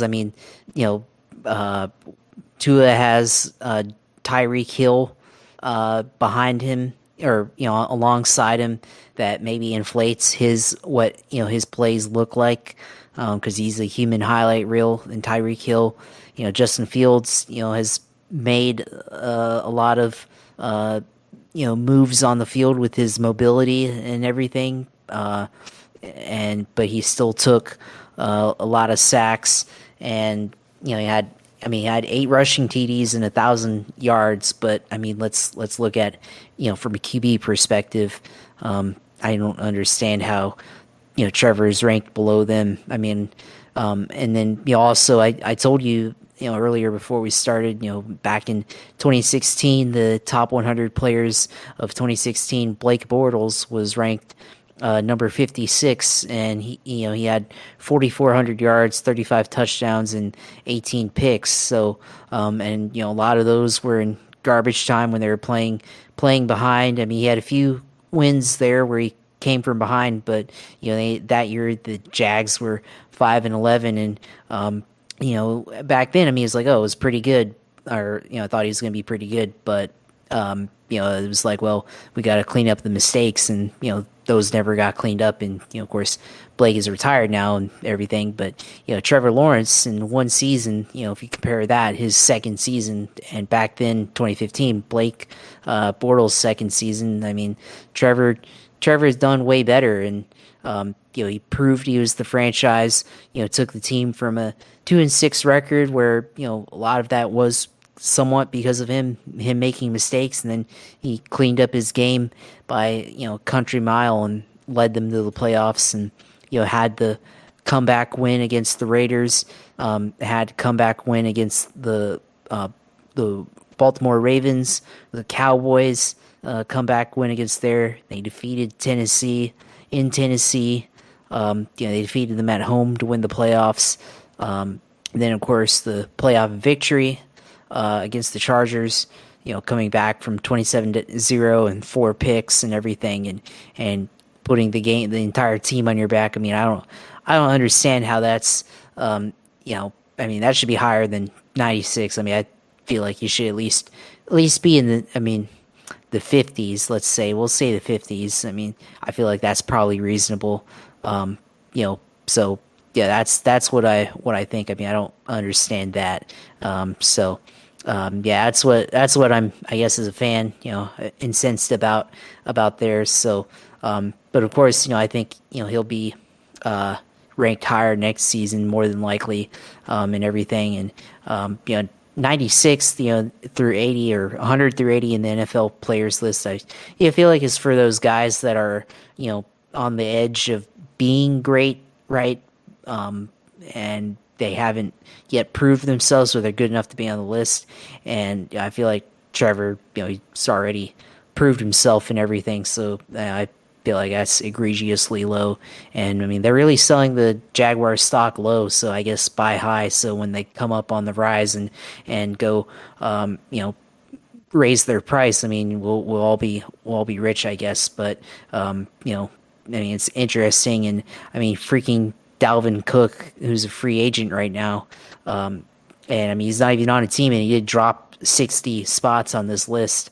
I mean, he's number 91. So yeah, I don't understand that and everything. So yeah, I'm a little incensed on that. Now I'm curious to see, which players, if there are any other Jaguars players on there. I mean, I think there's got to be at least a few. I mean, I think Christian Kirk definitely. I'll be curious to see if they put Calvin Ridley on that list after being suspended for a full season, if he's deserving to be on that list. And we'll see if anybody on defense makes that list.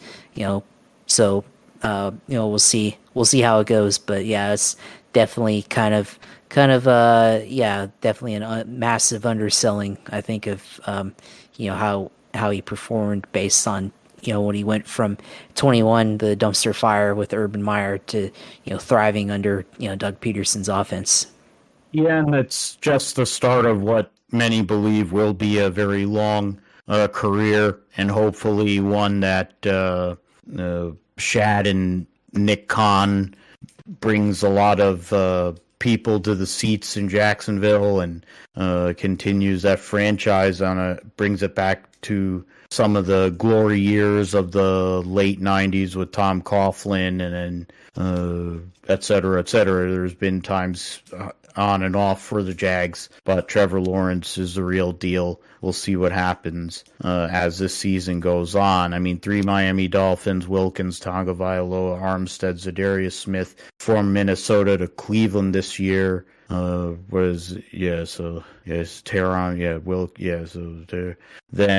Laramie Tunsil, Justin Fields, Chris Lindstrom, a guard for Atlanta, Aiden Hutchinson, Marshawn Lattimore, DeAndre Hopkins, Dalvin Cook, as Josh mentioned, in 91st, Marlon Humphrey, Eric Kendricks, who's now in LA Chargers, Terry McLaurin, Jamal Williams, who went from Detroit to New Orleans, Trevor Lawrence, the aforementioned, Harrison Smith from Minnesota, Tristan Wirfs from Tampa Bay, DeMarcus Lawrence, and Devontae Smith. Those are the ones that have been announced so far. Other news: Saquon Barkley signed a 1-year deal for $11 million or so.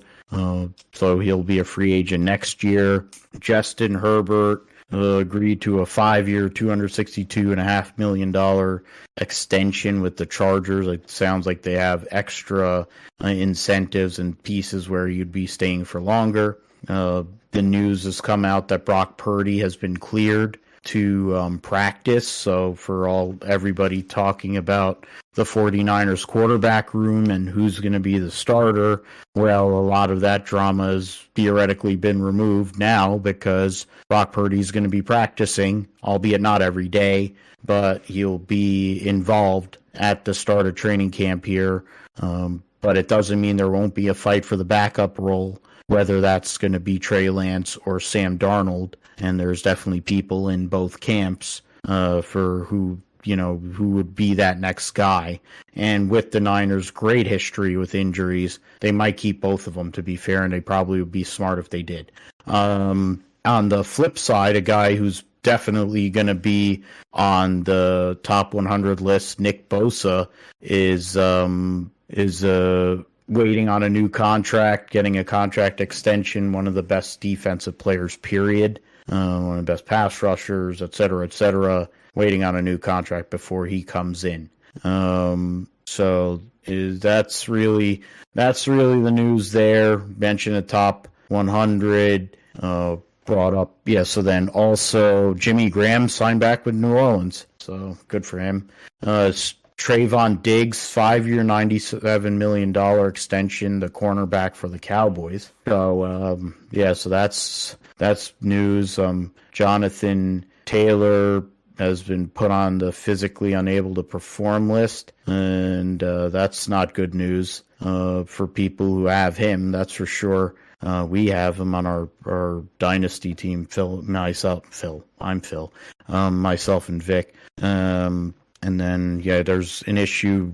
Kadarius Toney had a knee injury, so they're doing a knee scope and clear up cartilage, clean up cartilage on his knee. So that's one of the weapons for Kermit the Frog. Trying to go through that. Brock Purdy, yeah. So that's where we're at. With football, we'll definitely get into it more and more as we go on, as the weeks go on, prior to the season opening. All right, Formula One Belgian Grand Prix. We both are going to pick fish lips. I'm not allowed to call them that in the grid talk, but since I'm not allowed to say that in the chats or all that, I'm going to call them. I'm going to double and triple down on it here because it's my show. It's our show.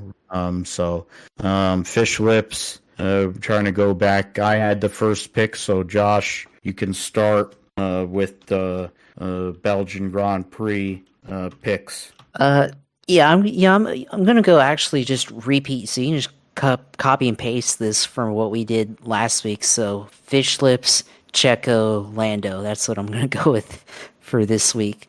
Because I actually think that could happen. I really actually am kind of high on Lando Norris right now and McLaren, but I am actually kind of curious now why you're not allowed to say fish lips anymore. That's kind of funny.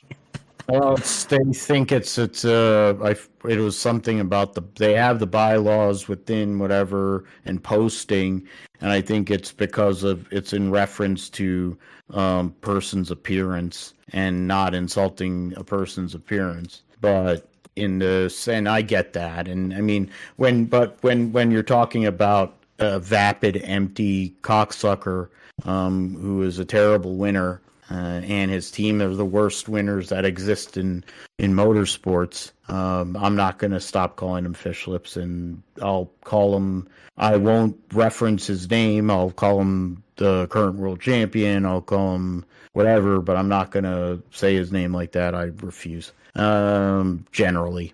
In terms of me, I said fish lips, Lando Norris. I picked to finish second, and in third, I forget who I picked on Grid Talk off the top of my head. I think I said Lewis, but I'm gonna go crazy here. I'm gonna change it up. I'm gonna say Ferrari actually gets out of their own way, and Charles Leclerc rounds out the podium. Kind of out there, but we'll see what happens with that.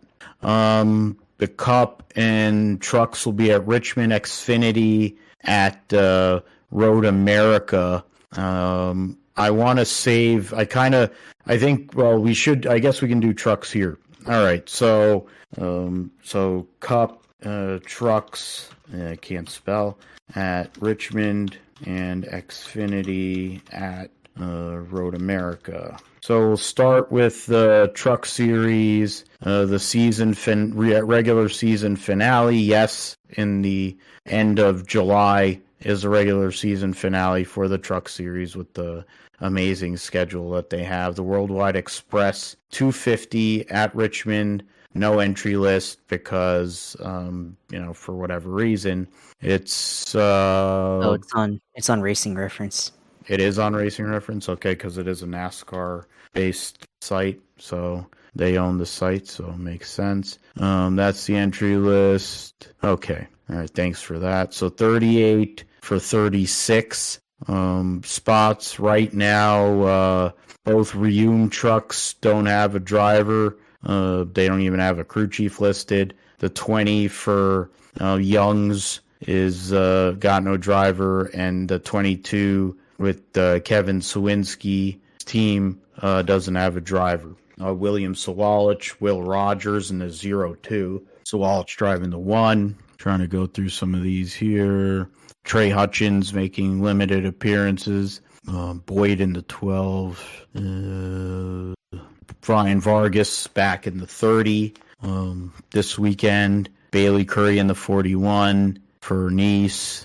Jerry Bowman, whoever the hell he is, will be in the 46. Matt Mills in the 51. That'll be a caution. Timmy Hill in the 56. Connor Jones in the 66. Justin Carroll in the 90. Those are the ones that are either limited starts or not usually around. In terms of do I think anybody is going to win out and get in from the current situation. The only person that I think that could do that, I mean, the reality is Friesen's only 9 points out. I look at who is out there that I think possibly could go and pull one out of his ass and get that victory. And to me, it's Jake Garcia. But that's what I feel could actually, if there's somebody that I think could actually go and win and get in. Do I think that really is going to happen, though? No. I think we're going to have the status quo. Crafton ends up beating Friesen into the top 10 in points and makes yet another playoff appearance. Truck Series, so Phil and in terms of a winner on Friday night, who am I choosing? I'm going to pick, this is for the regular season title, of course. For Corey Haim's probably going to get that and get those bonus points. I'm going to go Grant Enfinger. I'm going to go a little bit out off the path. He hasn't shown a lot, but he's uber consistent. This is around the time that he started switching it on last year. He's a noted short track racer. Driver that I would say is a wild card person. Trying to see. You got 21. So I think in terms of a wild card, I'll just go with it. I said Jake Garcia, so I'll stay with it. So Jake Garcia is my wild card. So and I say here, so Grant Enfinger to win. Grant Enfinger to win trucks, and Jake Garcia wild card. How about you, Josh? For me, it's hard not to go with the regulars. I'm going to say that Corey Haim comes out and wins this race and takes home the regular season title. In terms of wild card, I want to go with. I'm going to go. Let's see. Let's go with Taylor Gray here and see if he did well last week at Pocono, so let's see what he can do this weekend and everything. He's actually been somewhat decent in short tracks. At Martinsville finished in 8th place, so let's see if he can get a top 10 at the other Virginia short track. Yeah, we'll see what happens there. He needs a win to get in. He missed a few races to start the year before he turned 18, so he needs a win to get in. And if he does get in, he's been looking kind of sporty here recently, if he can do that. The Henry 180 at Road America, they're going to have modified pit stops this weekend because they're on a standalone race. Blaine Perkins continues in the 02 as in the Weatherman pool. The 07 doesn't have anybody listed as of now. Alex LeBay in the 08. AJ Allmendinger is going to be doing double duty this weekend. I was curious. Going from there and then flying back to Richmond. So I don't know how the logistics are with that. Because he has to practice and qualify the car at 12-something, and I don't know what time the Xfinity race starts.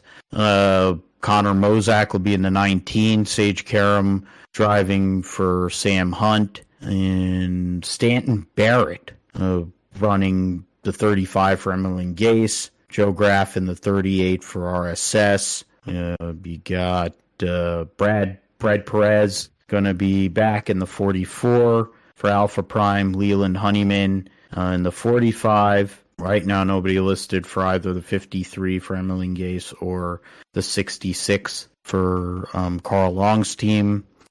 Balicki, who's a solid road racer, it's a home game for him in the 91. And Kyle Sieg in the 28. So I get first choice, and I'll go and pick AJ Allmendinger because that's just why wouldn't I pick him? AJ Allmendinger, he's to win Xfinity. because he's the all-time winner in the Xfinity Series on road courses. And he just likes these cars, and he's just really good there. I mean, he won in a champ car back, 17 years ago.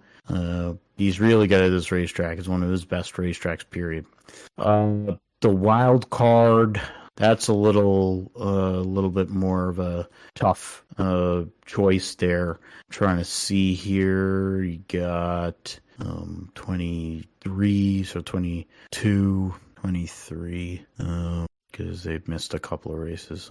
Say the top 12. My wild card for this weekend will be Kaz Gralla.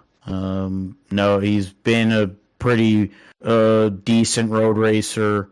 Sam Hunt's bringing good vehicles to the racetrack to get that Joe Gibbs support. Wouldn't be surprising to see Kaz Gralla have a good run there at Road America. What say you, Josh? I'm going to go with Sheldon Creed finally getting his first career win in the Xfinity Series. Arguably should have won at Portland, then ended up, kind of having some misfortune there. He's had a pretty decent road racing record, I feel like. So I feel like he can definitely do a good job there and potentially win there. And I think wild card.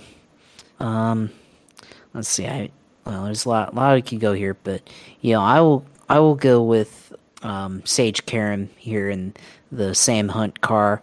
I think he was running good here last year before that deal with Noah Gragson. So he's definitely a guy that can probably run top 15 at least, potentially top 10 here in Road America. Yeah, this is probably one of his best opportunities to show something. Teammate to Kaz Gralla this weekend. They've had speed at times in that 24 car. They had speed, a couple weeks ago in New Hampshire, and then Gralla got junked by Ryan Sieg because of a brake failure. And I think they're using the car they're going to be using this weekend at Road America to finish out the race weekend there. The Cookout 400 at Richmond International Raceway, or Richmond Raceway now. Another track that I've attended races at over the years. Chastain, his usual sponsor. Jack Links with Menards on the 2 for Cindric. Bass Pro Shops Club for Bald Spot. Dylan Ream will be on Kevin Harvick's car. Brad Keselowski builds submarines. Corey LaJoie, Fraternal Order of Eagles. Kyle Busch with X World Wallet, whatever that is. UniFirst uniforms for Chase Elliott. Mavis will be back on the 11 for Denny Hamlin. Body armor for Ryan Blaney. Rush Truck Centers for Chase Briscoe. Yale, you'll probably run that same whatever sponsor he's been had on that car for the last few weeks. Nothing for Allmendinger. Buscher back with Fastenal. Mac Tools for Christopher Bell. Harrison Burton back with Dex Imaging. McDonald's car for Bubba. Liberty University for Byron. Leaf Filter for Justin Haley. Stagefront.VIP for Michael McDowell. Speedy Cash for Todd Gilliland. The usual sponsors for Legacy. Xfinity 10G Network for Tyler Reddick. CleanX for O. Richard. No Neck will be back running. He's running SRX on Thursday night. And I forgot about the points, but whatever. I'll get back to it next week. He's running the Parts Plus Biohaven 51. Dylan yet again will have Ty Dillon will have Gainbridge. And then the jockey car will be Daniel Suarez. Josh, you get the first choice there in terms of Richmond and who you think will win and who is a wild card contender. I'm gonna go with Young Money. I think he can sweep the season here. Kyle Larson at Richmond Raceway, and he definitely is due for a win here. After having not won in actually quite a bit, so interestingly enough, he hasn't really been. Kind of a short track guy if you think about dirt racing, but he performed pretty well at the spring, so I think they can come back here in the end of the summer and bring a win and kind of get their season back on track. Wild card, I don't know. It's tough, but I will go with, you know what? I will go with Chase Briscoe. Why not? We'll take him. You took him last week, so I'll take him. That's out there, but I mean, let's see. 12th at Richmond in the spring, so not bad. So there's potential there. If things go his way. So they have been well, but I mean, hey, flat tracks. I mean, Phoenix is a flat track. They finished 7th there. Martinsville finished 5th. So we'll see. We'll see how it goes. I hope they're right. They need a decent run. They've had one good run in the last 2.5 months, and that was New Hampshire. Of course, another flat track. So the short track program for Stewart Haas is good. It's just basically everywhere else where they suck, with every car outside of Kevin Harvick, which is probably the saving grace for Josh Berry because he's going to the 4 car. He's not going to the other 3 pieces of shit that Stewart Haas puts out there on a weekly basis.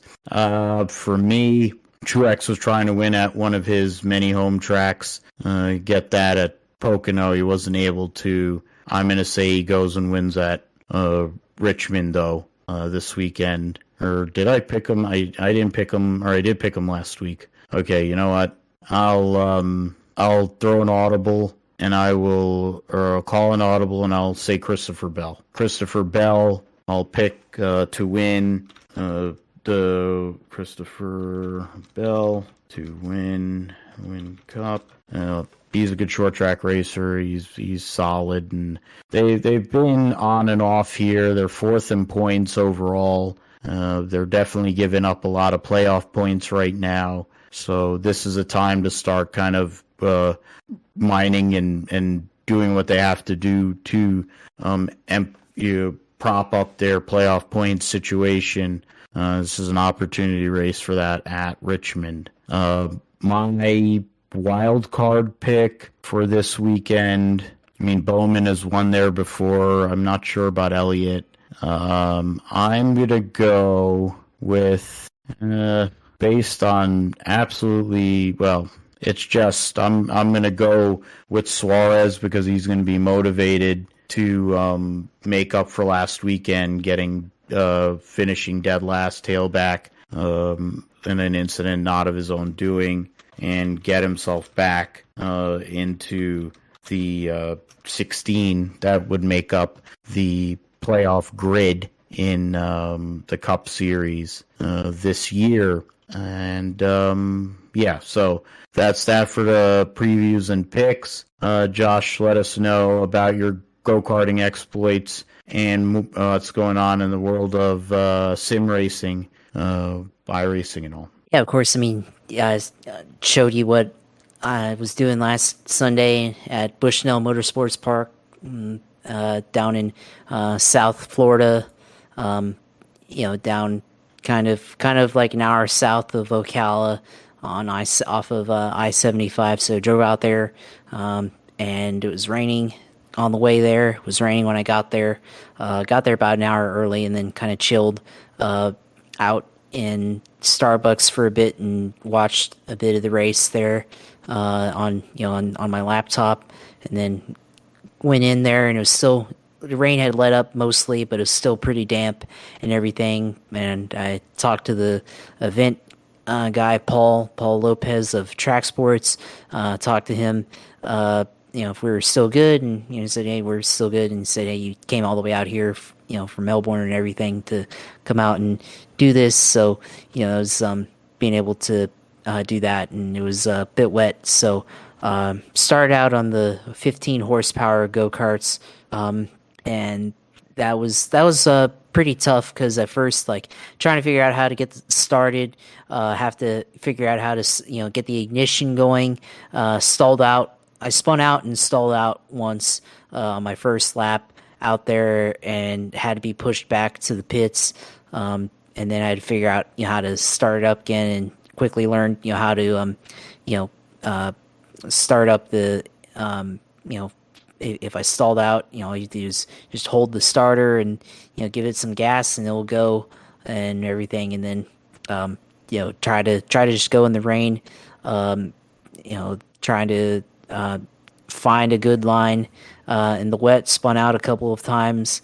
It was definitely treacherous out there, trying to lay the power down. Coming out of the corner, you try to start laying the power, and then you start to feel the car the cart lose traction, counter steer to to the right or to the left, depending on which corner you're coming out of. But it was definitely treacherous. And then at Bushnell, there's a bridge on part of the course, and you go up there, and it's definitely kind of sketchy going up there in the wet. So definitely had to be careful there, especially going downhill, where you could lose traction and everything. So yeah, definitely interesting being able to do that. And then afterwards, the 15 horsepower karts, after I did one session, decided to try out the 25s, and that was definitely an experience there. It was tough trying to get that one around there. Spun out. I mean, I thought I had it. It was like, oh, this is way more powerful. I think I can handle this and everything. But honestly, like, I probably wasn't really ready for it, to be honest. Still probably should have tried to gain more confidence in the 15 horsepower ones. But I tried to go to the bigger motor one, and definitely learned a lot, and tried to send it into one of the corners coming out of a banked corner. So Bushnell, there's a bank corner there where you can really, if you can hold it, you can really make up a lot of time through there on the bank corner. But I had to let out of the gas a little bit, and then try to get a little bit more into the next hairpin, and spun out and went right into the mud. So got Paul's cart there dirty a little bit. So, and I got myself dirty a little bit. So that was kind of interesting there, and I was wet for a little bit. But then later on, in the 25s, he told me I need to try to slow down a little bit more and to calm down a little bit. I think you could tell by my inputs that I was definitely probably a little bit anxious in the 25 horsepower one. So trying to lay the power down. It's really hard to get into the power band on the straights there. I feel like I think if you're skilled enough, you'll be okay. But for trying to just learn and everything, where really you don't want to like go wide open until you're straight. You don't really get into the power band by the time you're into the braking zone for the next corner and everything. And then of course I had issues with locking up the brakes. Those karts, the brakes are super sensitive, and I think I was probably applying too much brakes there. So trying to go in hot and then put in a lot of brake and then spin out and everything. So gotta work on that and everything. So still need some progress there. And then as the night went on, actually went back into the 15 to try to get some more consistency there, instead of going around the track half throttling it, putzing it around the 25s and back to the 15 to try to get back some confidence and everything, which was I was fine with. I felt like I'd try to be more, it's all about trying to get comfortable and everything. So went into back into the 15, and they also went and tried a different layout there.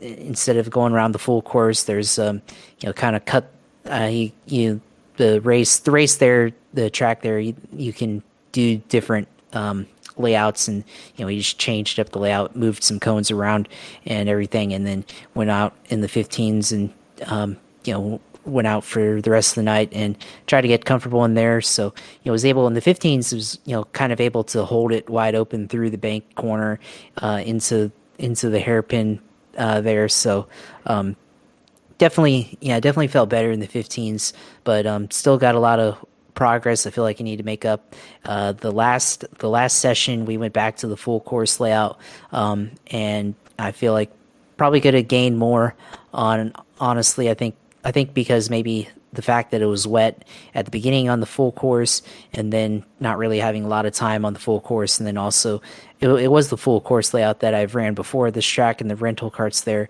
but this was actually the reverse layout, so it was a little bit different. So still trying to get a hang of the reverse layout and everything. So I probably needed maybe a couple more sessions on the reverse layout and in the drier conditions to really understand, how the layout is, and then also get a better feel for the kart and everything. Still had a little bit of issues with spinning out and everything, so still got to work on that. But I felt like I spun out less as the night went on, so I was starting to get more comfortable. And now it's all about trying to put it all together. So I definitely got a lot to work on in the pro style karts. The rental karts, which I've obviously been doing periodically this year, definitely feel all right in those. Yeah, well, pretty good actually. I mean, Phil obviously was pretty good enough on July 1st to for this guy to was watching, and Paul gave me an invite to go to his event on Sunday. So obviously it was good enough there, and the rentals and everything, and I'm definitely comfortable in that. So those were only 9 horsepower, and these 15 and 25s, definitely different animal, and definitely ones that you'd actually go out and race in competition. So that's definitely a big difference there. Never done anything like this before. This is first time and everything. So glad to be able to do it. Thanks to Track Sports, and glad to meet all the guys there that were racing, and meet some of the guys that they own their own karts, and definitely got to talk a little bit with some of the guys. I think one of the guys there that was at the session, I think he's at Sebring, he said, and I think he said he actually did, I guess like he was in the pits with the BMW team with Ray Hall there. So that was actually pretty interesting to hear that, and hear what they're talking about working in the pits with those prototypes and everything. So that's pretty cool. And also just the experience everything, treating it more like a real race environment rather than just you pay $100 and go out and race on I mean, they're fairly high performance rental carts, but definitely a step below the race condition carts, pro level carts that I was racing in on Sunday. Or I mean, we weren't really racing. I mean, it was still pretty treacherous. So I mean, but definitely a race like environment there. So yeah, definitely a fun time. Hopefully be able to do it soon. Obviously we'll find out more information later on next month, or following month on when the next events are. In the meantime, probably do more sim work on the karting side. I know there's a couple of, I mean, there's no kart in iRacing, but I mean, there are other games that do karting that I've done before, so I might have to start doing more of that to try to get used to or get more consistent with the steering and braking inputs and everything. So we'll see how that goes. And I think at Orlando Kart Center, they do a pro level kart rental there that is similar to the 15 horsepower ones, I believe, but it's like $100 for 20 minutes. But if I got to do it, I'll go and do it. So we'll see how that goes. But yeah, definitely looking forward to that opportunity again. Definitely, yeah, it was a whole lot of fun, and honestly glad I'm able to do it. Kind of culmination of everything that I've done racing wise, I guess, in my life, and all that stuff. And especially this year, I had a few work friends that talked about doing go-karting throughout this year, and we were able to do that. And then ultimately the last time we went led to this. So glad for all of that, and being able to experience motorsports and everything. We talk about motorsports, we talk about the sim racing deal, but being able to get a taste, however small that is or however big that is, of the real thing, definitely something that is definitely very enjoyable, and definitely very fun. So definitely glad to be able to do that and everything. So yeah, definitely looking forward to being able to do that again, and everything. So sim racing wise, yeah, I mean, not a whole lot there. I mean, obviously I did do Pocono once on the Cup side, and then on the Xfinity side.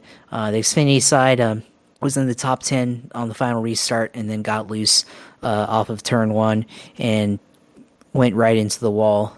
So wrecked myself out there on the final restart in Xfinity, and then Cup got taken out on the final restart. Somebody drifted up and hooked me in the left rear, and then I hooked somebody else in the right rear, and then we both spun out of the race, so wrecked out. So didn't really go too well there on Pocono, but Pocono is definitely still one of the favorite tracks in sim racing. This week, I mean, obviously Cup is at Richmond. However, you got the 87s at Homestead, Miami, the ARC cars at Auto Club Speedway, so that's always fun. The Gen 4 Cup cars at North Wilkesboro, so that should be really interesting. And then got IndyCar, Dallara IndyCar at Talladega, the Toyota GR86 at Long Beach Street Circuit. And then road racing wise, you got the Formula Ford at Rudskugen Motor Center, and then you've got the MX5, the global Mazda MX5s at Okayama Circuit. So it should be interesting this week, iRacing. And then one other thing that I saw is there's this new hot lap competition, I guess, on their Racing Prodigy that I saw, so I signed up for that. And it's a Formula Ford hot lap competition this week at through August 6th at Okayama Circuit. So go on there, and I think it's basically like who can perform the fastest lap on there, and then it kind of narrows it down to a competition in the following weeks, and then eventually actually leads to opportunity to test out a real race car in Atlanta. I think at Road Atlanta or Atlanta International Raceway or something like that. I think that's where it is. I have to look at that again, but another opportunity to go real racing and everything. Don't know if to actually make it up into that, you have to obviously be really good, but definitely worth a try just to put your name in the hat and at least give it a shot. So that's what I'll try to focus on this week and everything. So that's it for sim racing this week. Always, if I stream, which maybe I might stream later on in the week, Twitch TV/usailor2, go on there, follow the streams, and follow my sim racing and see how I approach racing from a driving tactics, I guess, standpoint and everything. And then of course Twitter's at JP Huffine. Go out there and see all my stuff and see what I'm interested in. Probably post the pictures on there as well from go-karting. Post that on my Facebook, but probably post the karting pics on Twitter as well.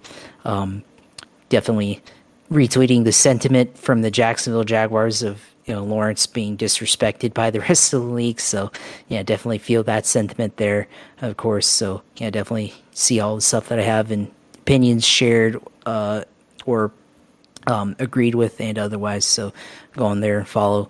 And then of course our YouTube channel at Groupship Podcasts on YouTube. Go on there and see our latest episodes and see all the clips that we have on there and everything that we've done from last spring of 2022 up until now. So go on there and see our videos and all our episodes on there and listen or watch if you so desire to. So go on there and follow us and subscribe and like our channel. So as always, glad to be able to share about motorsports and everything. Glad to be able to talk about it and be able to discuss all the things that happened and everything. So we had a lot to talk about tonight, so very glad to be able to talk about it. Yeah, and it's always great to do it. We've done it for nearly 180 episodes, so glad that we've been able to do this and do it together and keep on going with it. We're going to keep on doing this for a long while, because it's a passion project for both of us. You'll go and see Josh's work. I mean, he handles the back end here during the show, but he also handles the Gripster Podcast YouTube page, posting our video feeds there. You can find our show basically anywhere you listen to podcasts. You can get the Gripster Podcast. You can philipgmatthew.com is a good way to go. That's my blog site. Get some hits on there. You can see the episodes when they're uploaded. You can find me at pgmatthew28 on X, Twitter, whatever the fuck it's supposed to be called. It's not really a great platform anymore, but I'm pgmatthew28. We're at Gripstrip Pod on here as well. I'm Philip G. Matthew 28 on Instagram. And that's about it. We'll be back next week for episode 180 of the Gripstrip Podcast to cover, Richmond, Road America, Formula One at Belgium before their last race before their summer break, and then Indy cars at Nashville, et cetera, whatever else is going on in the world of motorsports. We'll talk about it here on the GSP. So for Josh, I'm Phil. Take care, and we'll talk to you next time on the Gripstrip Podcast.